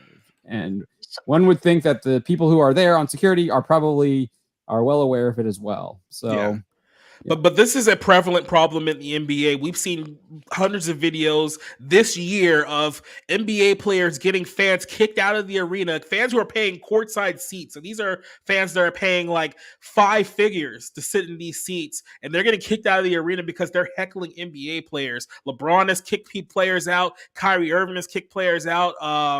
Obviously, you mean the audience, right? What's say? Not because you're saying he kicked players out. Not Oh, fans, sorry. Keep fans crowd. What I meant to say. Yeah, Russell Westbrook has done this this year. We all remember the whole incident with Shannon Sharp earlier this season when he got into it with the Memphis Grizzlies. Like, this is a prevalent problem in the NBA where you have the players who are getting paid like $40 million a game. A lot of these players, $40 million a season, I should say. A lot of these players that can't handle simple heckling that would have been laughed off 30 years ago. It's like, look, if you guys remember 90s basketball, like I do, even 80s basketball, fans used to get pretty rowdy back in the day. Like, remember going to a Boston Celtics game where they were playing the Lakers in Boston? There was some really heinous stuff saying during that game, but no one ever made it this big of an issue. Now these guys are getting heckled by like 20-year-old white girls sitting courtside, and they're getting them kicked out of games. Real quick, where did this take place again? This was the Westbrook incident was in Phoenix, and then the E-40 incident was in Sacramento. Oh, so it was. These are both West Coast. California. Yeah. In Phoenix, yeah. Yo, how you going? How much of a bitch you gotta be to get fucking triggered by a liberal white woman though? You a real bitch for that. But like You that, probably this can't is walk down the streets without this that. is a sign of like these basketball players being so sheltered. It's like celebrities. Celebrities used to be less sheltered. They used to be, kind of more normal. I'm not saying they were completely normal or like everyday people, but they had more to relate to with like the average person. And now it's like the Twilight Zone. And so anytime these overly sensitive basketball players get heckled, it's like you need to throw that person out. It's like, why? Because they hurt your feelings. Aren't you on a court where you fucking trash talk all the time? About who's going to score or who's going to shut the opposing player down or whatever. Like shit talking is part of the game. If fans don't get to be a part of that, they punch their own teamates in the face now. It's ridiculous. That My was son another got incident into that his happened. first fight because someone said "yo mama" joke to him. But I grew up in an era where they had the Malice at the Palace.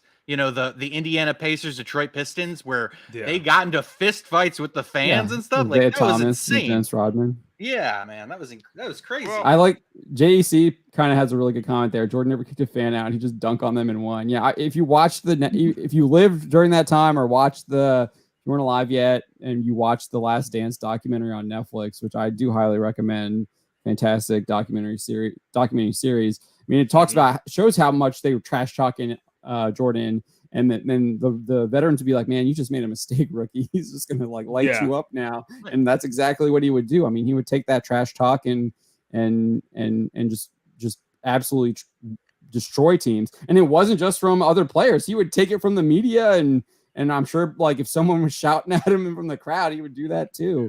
I mean, it's just ridiculous. It's interesting that you've got two separate cases here. One of a quote fan, this DW40 55-year-old E-40. rapper, whatever. I've never heard of this person in my life. It's like a 55-year-old rapper. The whole concept of a 55-year-old rapper just strikes me as bizarre. And E-40, whatever, I keep calling him DW, whatever. You have him, and then you've got this Westbrook player. Mm-hmm. You've got both of them with this bizarre idea that you cannot criticize them, you cannot mock them. First off, Westbrook should never have even gone inside that suite or whatever. Why is he there? You should be concentrating on the game and not on some fan from the other team heckling him. If you can't get heckled, I mean, you get heckled at a game of horse. You get heckled at Little League. Those parents can be quite harsh, but they don't. But it happens. True. But these people who make what is it? Remember, Jacob?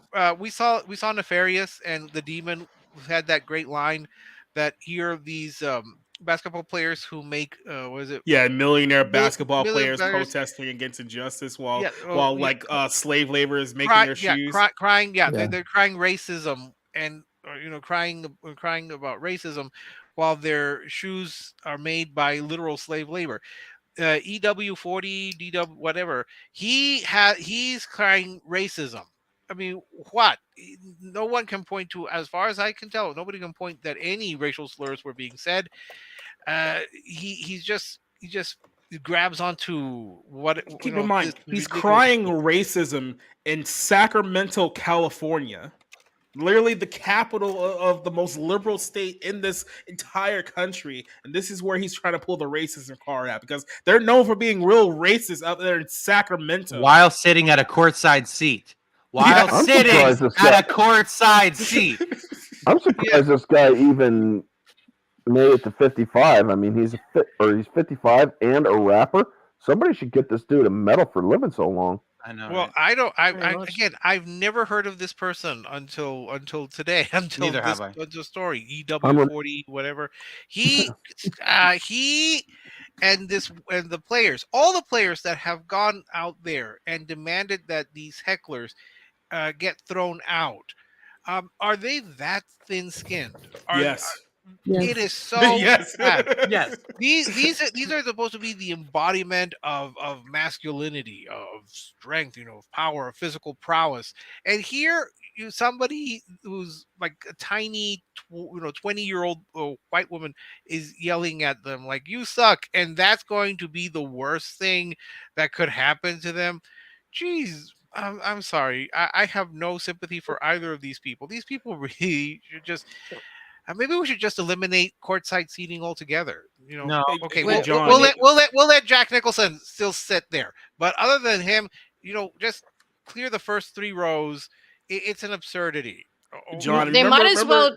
Hold on, just real quick. Remember a time in sports where it's like, someone was heckling you, that you would just make them eat their words. You would beat the team that was heckling you, so that way you would get the last laugh, and then they would go home disappointed. We all remember what happened with Reggie Miller and Spike Lee in the 90s, where Spike Lee was heckling Reggie Miller throughout the entire game, and then Reggie just dropped like 4 threes consecutively towards the fourth quarter. Yeah. It stuck it right in Spike Lee's face.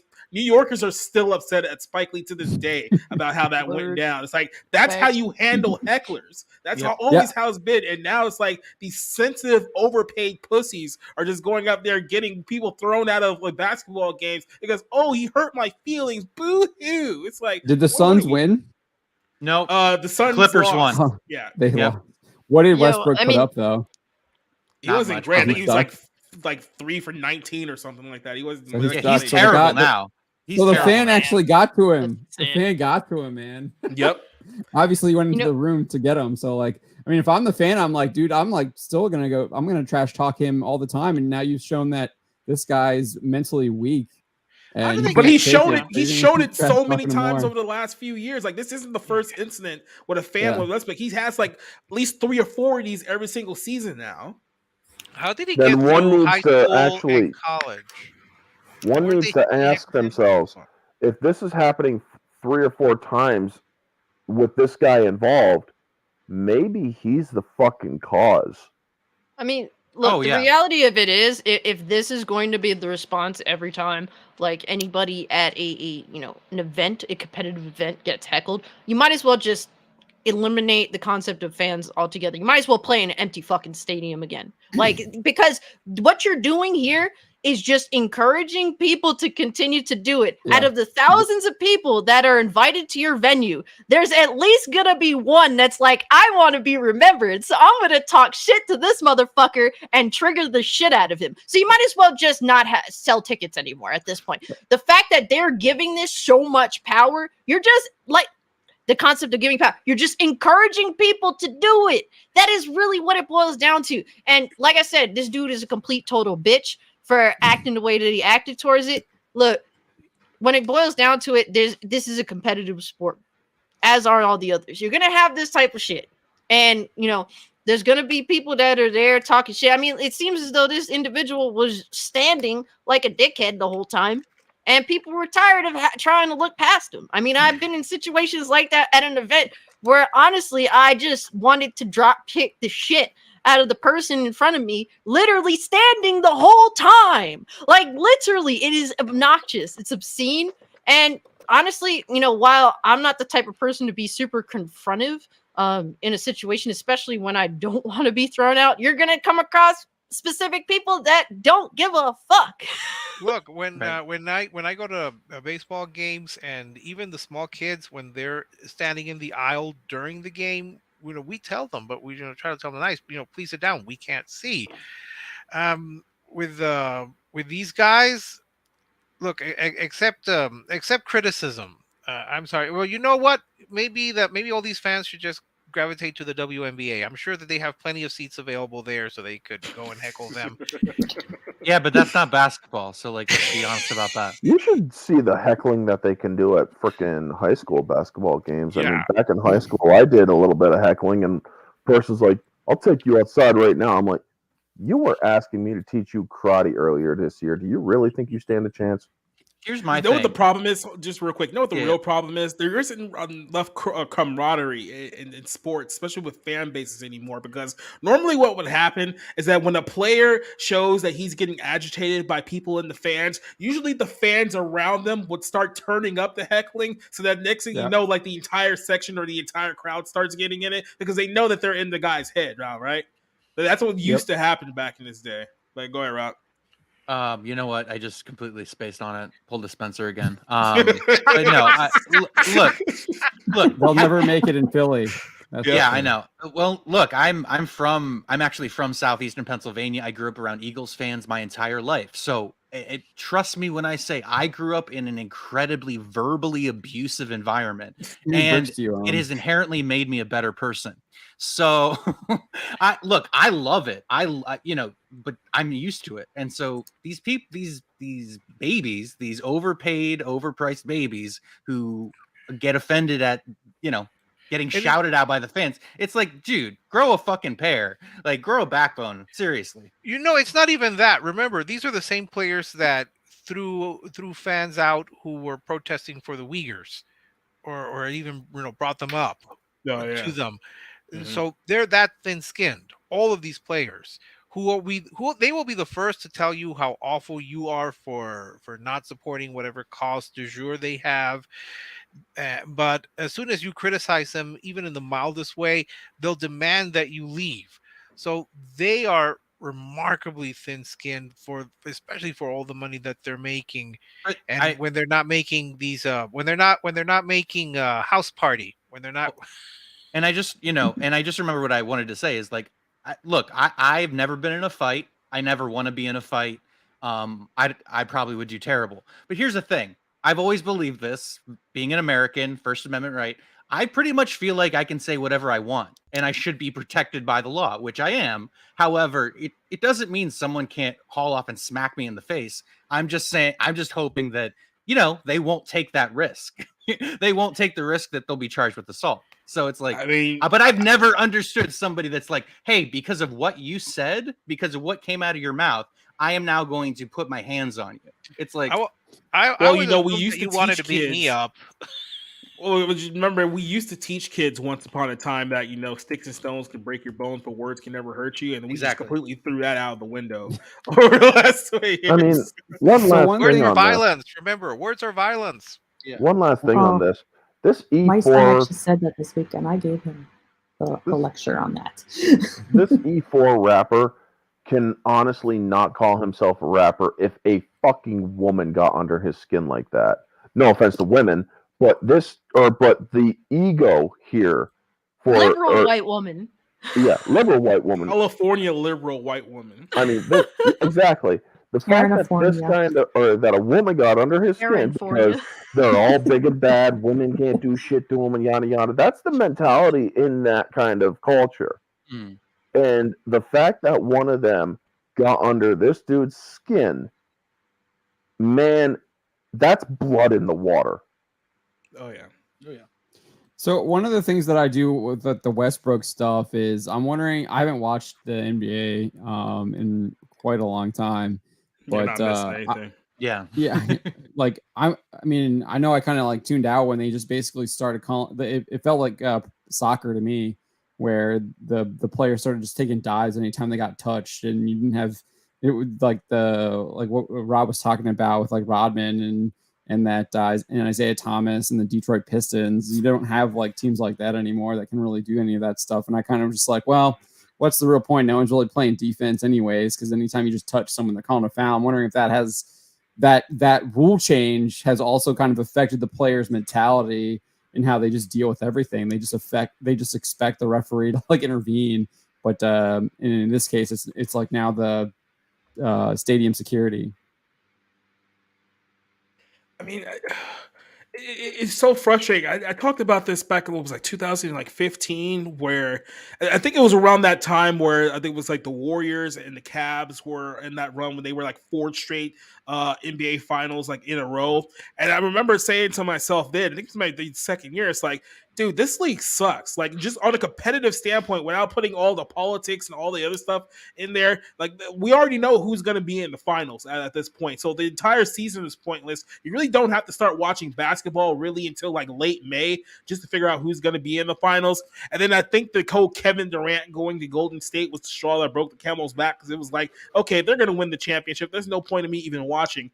And then the whole progression of the league has gotten worse. Like now the best defenses in the league are giving up like 115 points a game now. They're not even trying to play defense anymore. Like that would have been absurd 30 years ago. A team with number one defense giving up 115 a game. Like that's ridiculous. But this is where we are now. And then put in the politics, put in the fact that these players are just overpaid, crybaby, whiny. I can't take it anymore. I just can't. Like this is a league that I used to love. I don't even know what this league is anymore. Like I can't do it anymore. For me, it's very similar to NASCAR. Dale Sr. passed away. Jordan's retired. What, like, yeah, like where do you go from there, right? Diminishing returns. Yeah, you know. Yep. And I'm pretty sure it's the same thing with like Rob. It's like I want to still be attached to the league in some way because this is what we grew up with. We both have fond memories of the sport at some point in time. But it's like you have to get to a point where it's like this just isn't what we watched back in the day. This isn't the same game that we support. This is something that's so foreign to me. I don't even know like what this is anymore. Like you got these NBA players yelling at fans, getting them thrown out as they arrive to the arena wearing dresses now. Like this is another thing that the walkout for these NBA games have become like fashion shows. Like literally, like Russell Westbrook has come to the NBA games multiple times wearing dresses. Like they should, honestly, they should be fucking laughed at and made fun of. Like genuinely, how you a grown ass man, you like 6'8", showing up to the fucking place in a dress? I just, it's the same thing I tell my kids. You lost a bet, okay? I mean, I grew up watching the New Jersey Nets with Jason Kidd running the Princeton offense and passing and like all the fundamentals of basketball at play. And like the second year after they got swept by the Lakers, they played the Spurs as another team that Tim Duncan was an amazing player just based on his basketball fundamentals. And that doesn't exist anymore. It's all getting 40 points on 21 shots a game. It's inefficient basketball. It's points. It's 3-pointers. Nobody plays defense. It's a shell of the game it used to be. Perhaps we shouldn't be surprised, given that these same players were offended by the term owners. You could not refer to them as owners because that's connected to slavery. So obviously, these $10 million, $20 million earning slaves need protection from mean fans who yell at them. I'm glad JEC brought this up because, dude, Dennis Rodman, say what you want about Rodman. 30 years ago, he was the most infuriating person to have to defend in the NBA. Like, he would get in your head. Like, he would go out of his way just to piss you off on the court because that was his whole game. He wanted to get inside your head. And he would go wrestle Hulk Hogan on WCW, then the very next night have 20 rebounds in the finals game. It made no sense. I think that was one of my favorite. Showed up too. Don't forget. Yeah. That was one of my favorite parts of the Last Dance documentary. He literally went to Vegas and was like just partying it all up. Jordan goes there to get him. The next day, what's his name? The coach is making them run like sprints, and Rodman is just pacing everyone. And he's like, "Is this supposed to be a punishment for me? I'm like, you think I'm like, I'm not in shape after like a 2-day bender?" They even said it. They couldn't even get mad at Rodman because he wouldn't show up for like practices, but when the game time started, he was like the hardest guy on the floor. So it's 25 what rebounds can you say? A game. Yep. What can you say to him at that point? Rodman palling around with Kim Jong-un is probably the most sane thing that he's done in a while.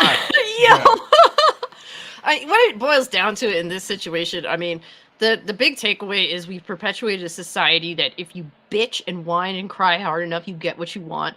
And a bunch of men now act like the most obnoxious fucking women you'd ever want to come across. I think this is like the biggest problem for me. It's like I cannot engage with a man that acts more like a woman than women that I hang out with.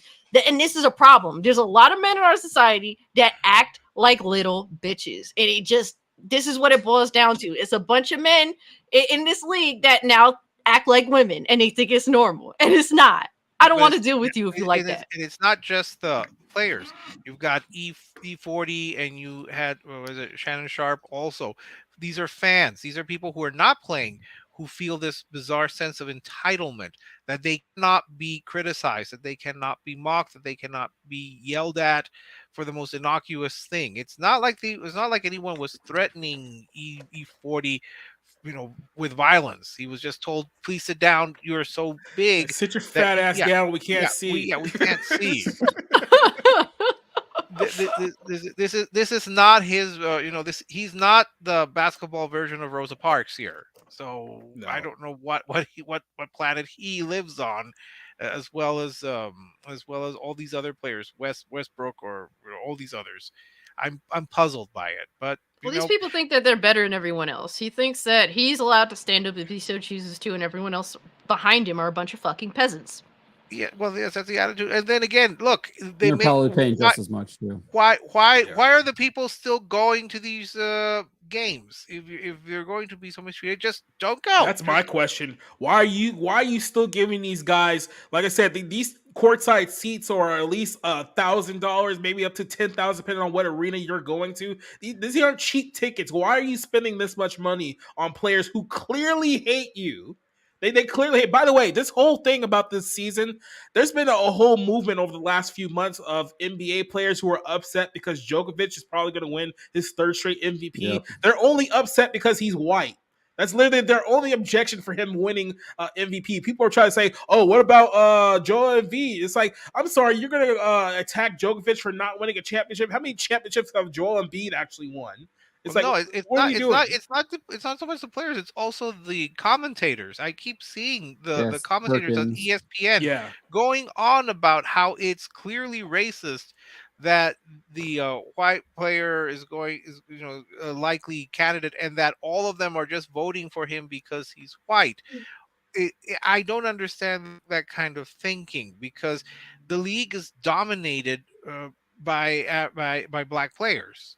It's embarrassing because that they're putting him in the white category. I mean, he's an Eastern European basketball player. I mean, there's a lot of really good Eastern European basketball players going back, I don't know, 30, 40 years. And like, first of all, there's nothing wrong with that. But number two, it's like, why are you even bringing up his race? Don't the statistics and the team play speak for itself? He's averaging a triple-double on the season.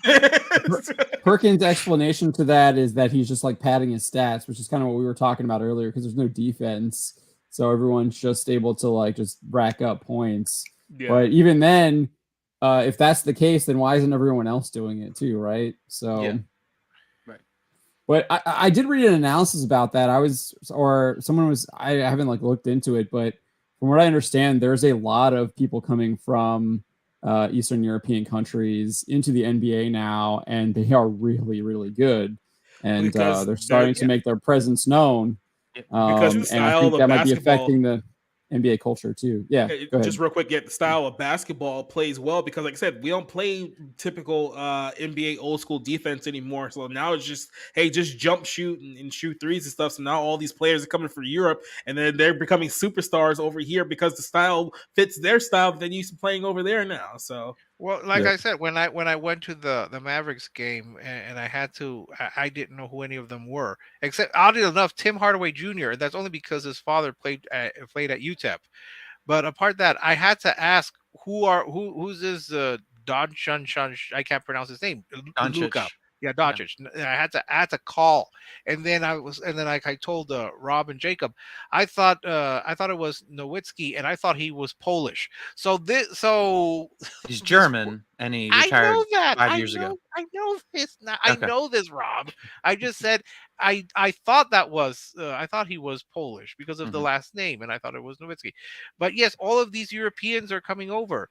And I guess they're playing differently than the homegrown players who have now decided that it's all about their personal statistics versus the team effort. And just remember, in was it Hustle? Where does he go? The Adam Sandler character goes to Europe. Yeah, he goes to Europe. He doesn't go to one of these schools or any universities in the United States. He has to go overseas. He's not going to Compton. It's not to a street ball competition. It's not to where you're pulling off trick shots. They're not going to the Rucker. Getting All right. Well, look, we got one more topic here. Then we're gonna go ahead and wrap this up. It's the whole situation with the Lilo Stitch casting, especially coming off the heels of the whole anger about the Little Mermaid. It's like it's such beautiful hypocrisy. So earlier this week, Disney announced that they're doing a live action reboot of Lilo Stitch. I don't know who asked for it, but they cast this actress Sydney Agudon. Is that her name? How do you spell her last name or pronounce her last name? Aguadon? I don't know. Aguadon, yeah.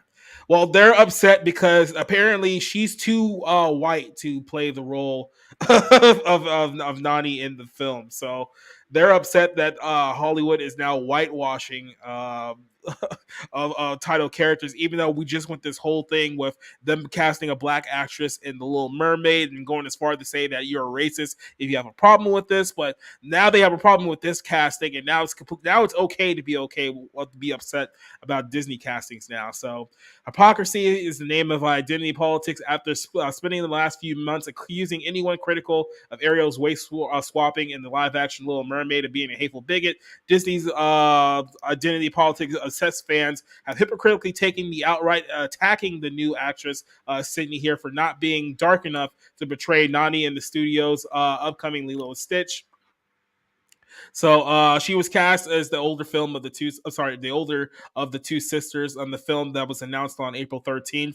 I'm not sure when exactly this one's coming out here, but the up-and-coming actress is of Filipino descent who's been on notable credits such as NCIS, On the Block, and Lilo Stitch will have her first major cinematic appearance. However, despite being born and raised in the United States, she has drawn the Ireland of the Representation Matters crowd that Disney has spent years cultivating.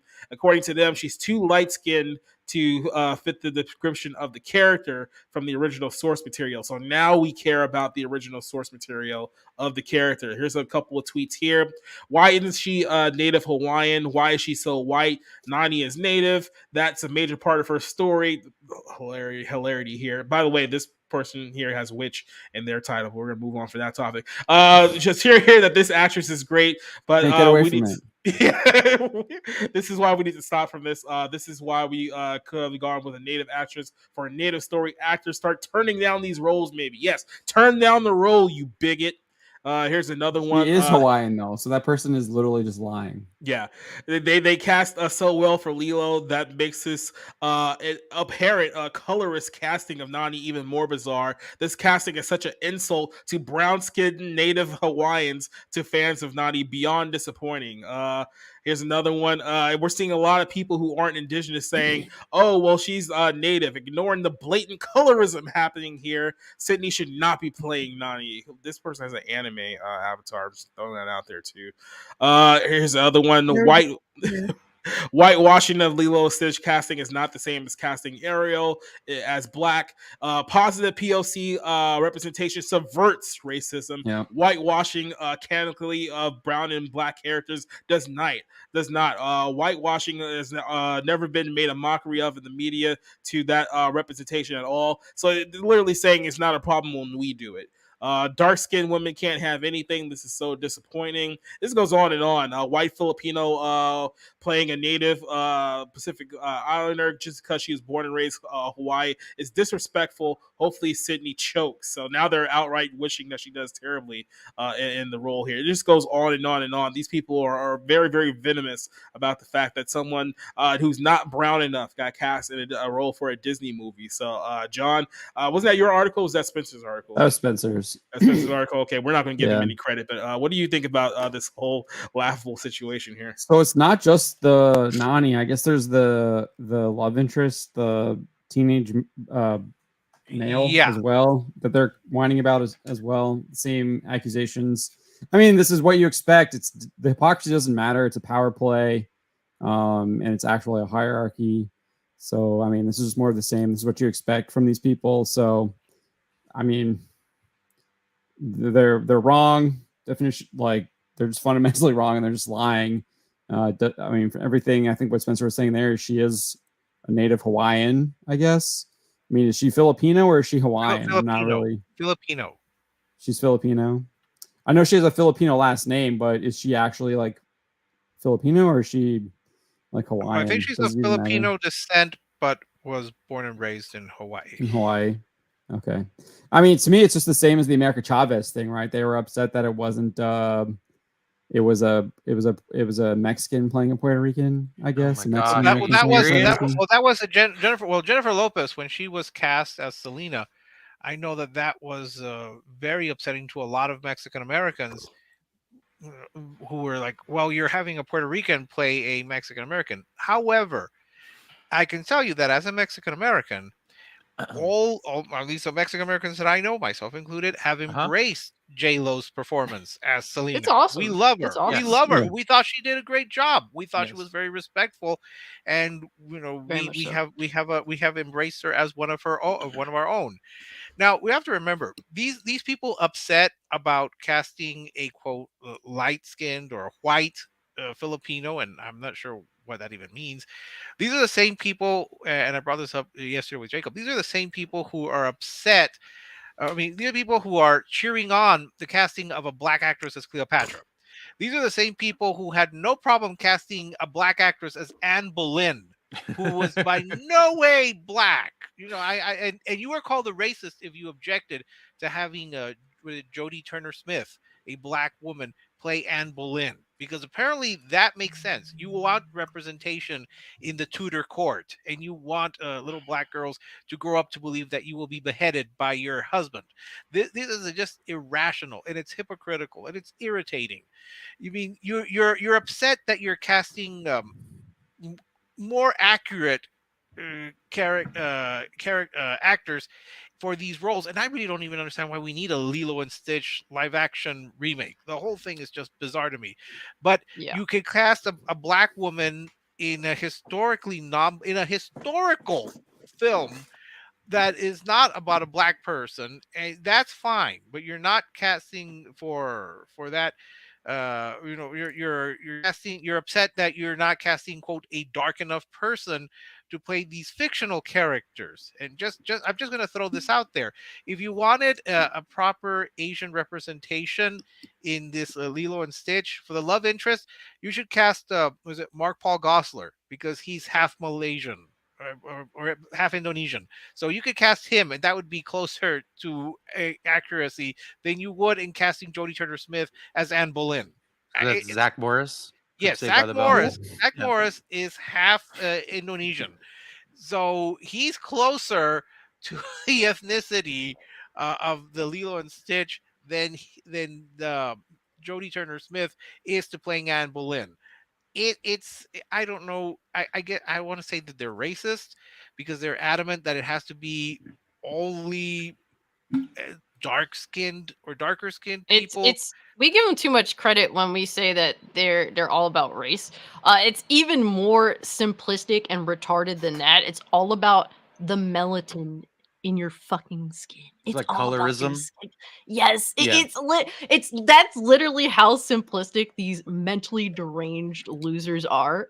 It's sad that it's true, and I think that a great thing to voice about J-Lo's portrayal of Selena, though I don't even like J-Lo, I will say that she made it more than about herself, and I think that that's really what adds the magic to her playing that beloved person that unfortunately had an untimely death. Like, she hung out with the family. You could tell that she picked up Selena's mannerisms, like when Selena would always point all the time. Like, she made sure to highlight these things and make it about Selena and not herself. Well. Exactly. Yes. Look, as a Mexican American, I initially wasn't too thrilled when they had Puerto Rican, but I said, let me watch the movie. And we watched the movie, and there's not one Mexican American who does not love her. The same, curiously enough, with Lou Diamond Phillips, and when he was playing Richie Valens, and the family, the Valenzuela family, they approved his casting, and he's not of Mexican descent. We're talking about La Bamba. Yes. Yeah, yes. that was No, don't speak ill of La Bamba. I'll drive up terrible. to Olympia. I'm sorry. Okay, it was terrible. I'm leaving for Olympia right now.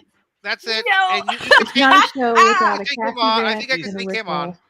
No, listen, I never saw the original Lilo and Stitch. I gather it was pretty popular, but I never watched it, so I have no It's a Disney animated movie. No real 90s, feedback about. 2000s. I mean, it just seems like a lazy, live action recreation that Disney's doing, like they're doing with a lot of their properties.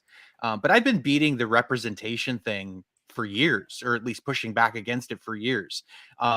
it's ridiculous. And at least these racists are consistent, where it's like, if a person of color or whatever, a non-white person's not being featured, it's somehow discriminatory. But look, I have no dog in this fight. It's just I think the whole representation debate is so fucking stupid, because it should be about the content of the character, not the color of their skin. Not to paraphrase MLK there. One is easy, the other is complicated. Yeah.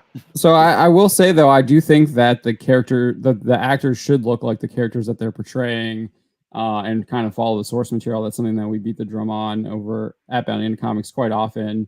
So I don't know. For this one, I don't know. I mean, she could tan up, but yeah, I actually kind of agree with the criticisms that maybe they could have gone a little. They could have got someone who is a darker skin tone. To be fair, John, to look like the character. Most times where we do, like, us generally speaking, criticize miscastings entirely, it is specifically because it's usually a person of, African American descent that's clearly not even close to anything of a proper feature representation of said character. They won't even go as far as like Mary Jane. I would at least give them a little bit of props if Zendaya dyed her hair red or something. They don't even do that. She did it in like a PR stunt to like rub it in. I felt like you don't even get it in the movie. Is the same argument that you would have drawn about casting a Filipino as Ned and a Honduran as Flash? That's not accurate. No, I think that's what I'm saying. Like, I think that guy should not be cast as Ned in the Spider-Man movies, right? That's what you're talking about, the Spider-Man movies? Yes. Sidekick? Not just because he's the Patrick Star to Tom Holland's SpongeBob. The characters, I think. But they are the right or close to the right ethnicity. The fact that the young man, I think that they've cast as the love interest, and again, I've not seen Lilo and Stitch. I have no interest in it, either the remake or the original, but he is of the right ethnicity. Are we going to look for absolute copies of these characters, or are we just going to go cast the correct nationality and ethnicity? Yeah, so I actually go back to what I think. Just as much as I have disagreements with Just Some Guy, I think he does make a really compelling argument when he was talking about the Lord of the Rings casting, is that the characters need to look like the way that they are depicted in the source material. So, I mean, it's hard to tell here. I mean, she doesn't look like a Hawaiian. She doesn't look Filipino either to me, just based off of just like the images that we saw in the article. But I think you should have actors that look like those characters. And I think that, like, with so many actors out there, I don't think it's that hard to find actors that look like the It's characters. not like you're casting Emma Stone as a half Japanese, half Hawaiian. Chinese. Yes, as a Hawaiian. Aloha. Yeah. It's not like you're doing that. I will say, I mean, she's not white, and they're calling her white. It's like, that's crazy. It's like, what's like annoys the fuck out of me is when people say that I'm white, and it's like, yes, I clearly have a white father. Yes, I do have a white father. But while he was out earning the bread, I was raised by 2 Puerto Rican women. So it's like, you just ignore. And the thing is, people that do this don't even want to get to know me. They just want to come to some minuscule retard conclusion about me. They don't even know half of me, and they don't care. They just want to boil it down to something so trivial as to the fact that I am light skinned and just assume that I'm white. It's always these people that don't want to get to know you. They don't want to take the steps necessary to form an actually reasonable conclusion to anything.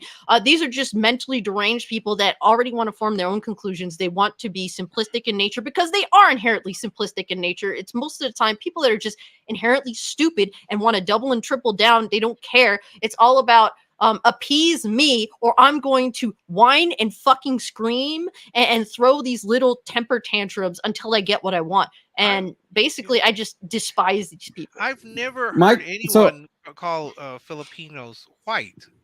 as far as I know, weird. I've never heard anyone. Well, I've heard them call black people white, so they can call anyone white. Oh yeah, they're all white passing now. Yeah. That's the Yeah, I've been if told you have I'm white passing thinking, too. you're white. Like that's where we're at now, and a lot of stuff. Regardless, not quite agree But with like, you what on it's for what it's worth, okay. Like, I actually know a lot about Hawaiian history, and my cousin is Hawaiian, but she's like, so like Hawaiian, because it's been a lot of people like married in and stuff. It's like 50% and more is considered full Hawaiian. So you will have a lot of variation in skin tone. Right. And the other side of it is like the Queen Liliuokalani. She was pretty. I mean, she Yeah, was I've tan, seen but she pictures of was her. yeah. And Princess Keilani was the people's princess. She was the last kind of like the youngest that was supposed to inherit the throne before the Dole Company and everything took over. And her father was Scottish, so you're going to have white-looking Hawaiian blood in some form in Hawaii. So I don't know if I would call this like a miscast. I'm kind of in between, because Lilo and Stitch in its own way is kind of almost like an allegory for the history of Hawaii, and like the fact that like when Nani sings Aloha Ode to her in the canopy at the hammock thing the day before that her family's going to be torn apart. I mean, this is kind of what has happened to the kingdom of Hawaii in a sense, and like this alien kind of goofy figure is the one that's kind of bringing them together again and trying to make things right. And it's almost in its own way a film of cultural reparations. Uh, but of course, that was like made in the 90s and 2000s. Yeah. So, like I said, I'm not excited about this film whatsoever. But if you want to talk about miscasting, they changed the officer guy to a woman, didn't they? Yeah. So I'll hold my judgment for Nani, but like, what's his name? that part of casting, I was like, I mean, because I know the original voice actor was Michael Clark Duncan, who's obviously dead. Aww. So it's like, I guess, obviously, yeah. So I just want to kind of reiterate. I mean, she's probably like a lot of us. The actress is. She probably stays inside a lot. Isn't out in the sun as much anymore. But like, obviously, Nani's out in the sun all the time in the movie, right?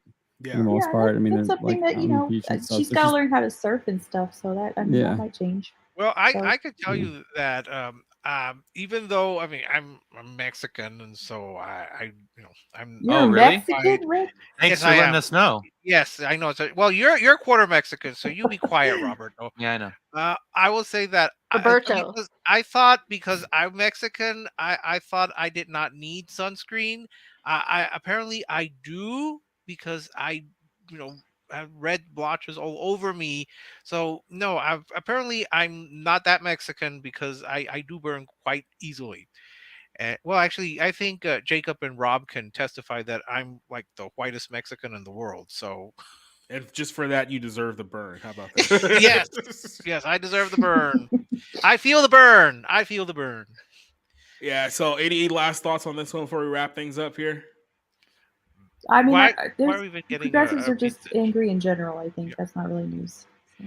But why are we getting a live action remake of this? Because Disney has no fucking ideas. That's all they have is their past. Retread over and over again.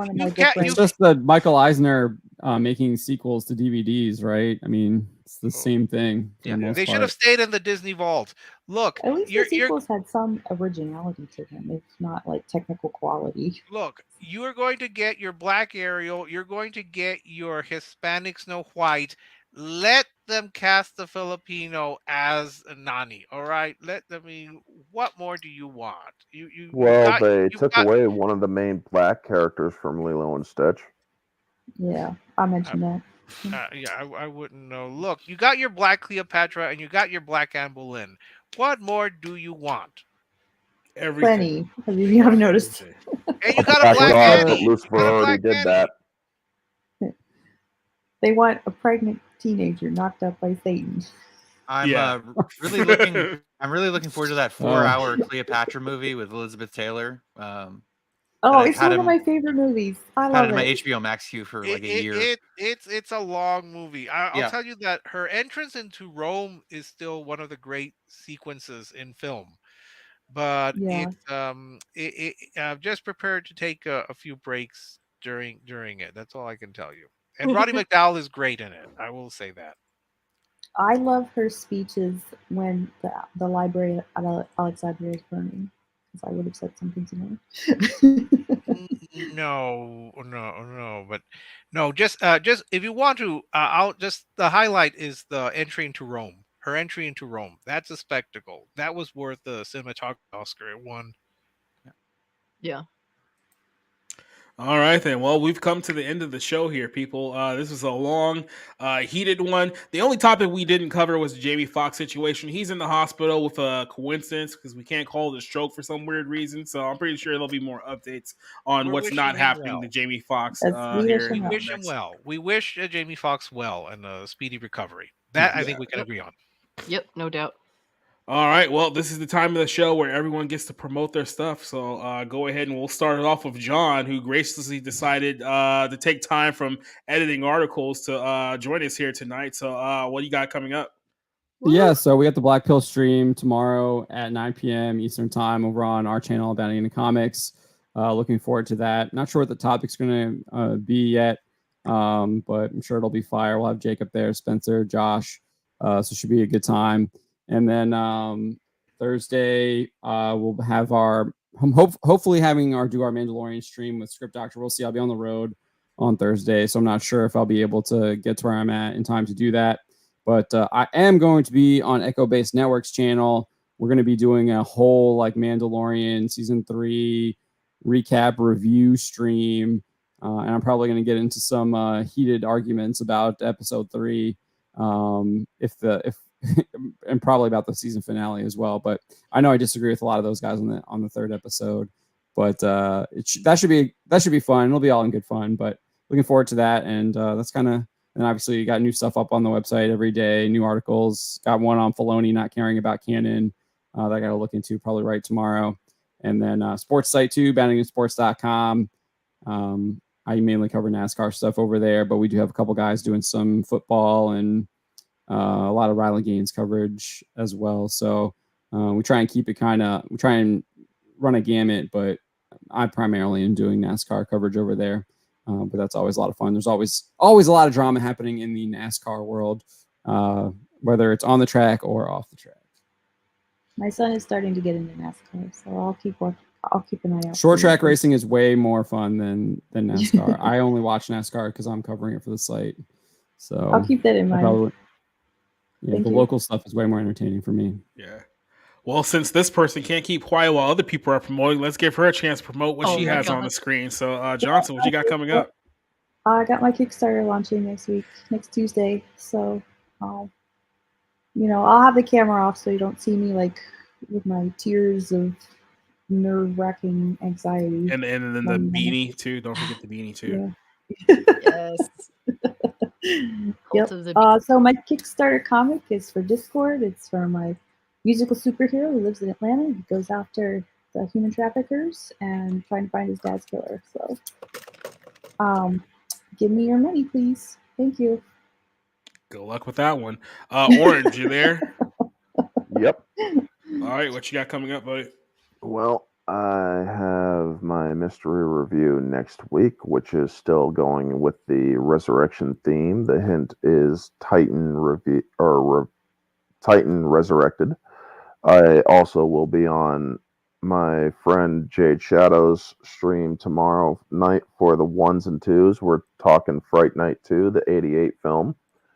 Other than that, yeah, there was a sequel to the 85 film. Wow, okay.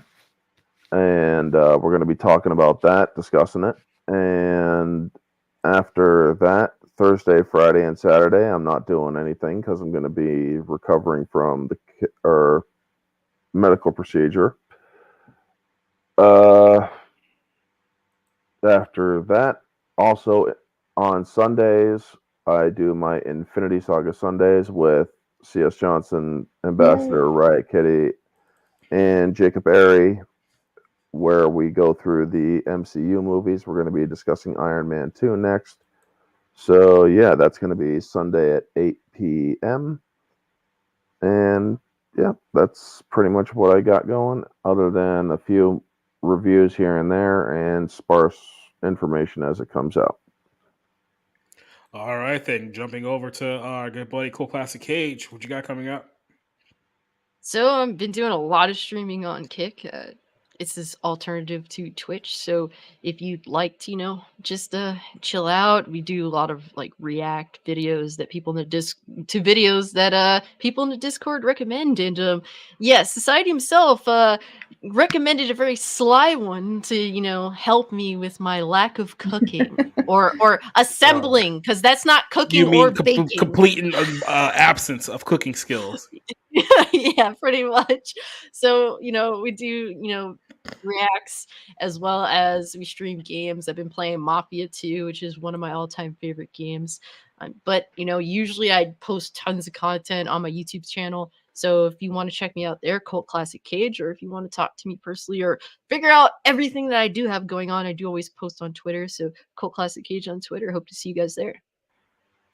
All right, and jumping over to two people who have absolutely nothing to promote. We'll start from Mr. Rob Amato. What you got coming up?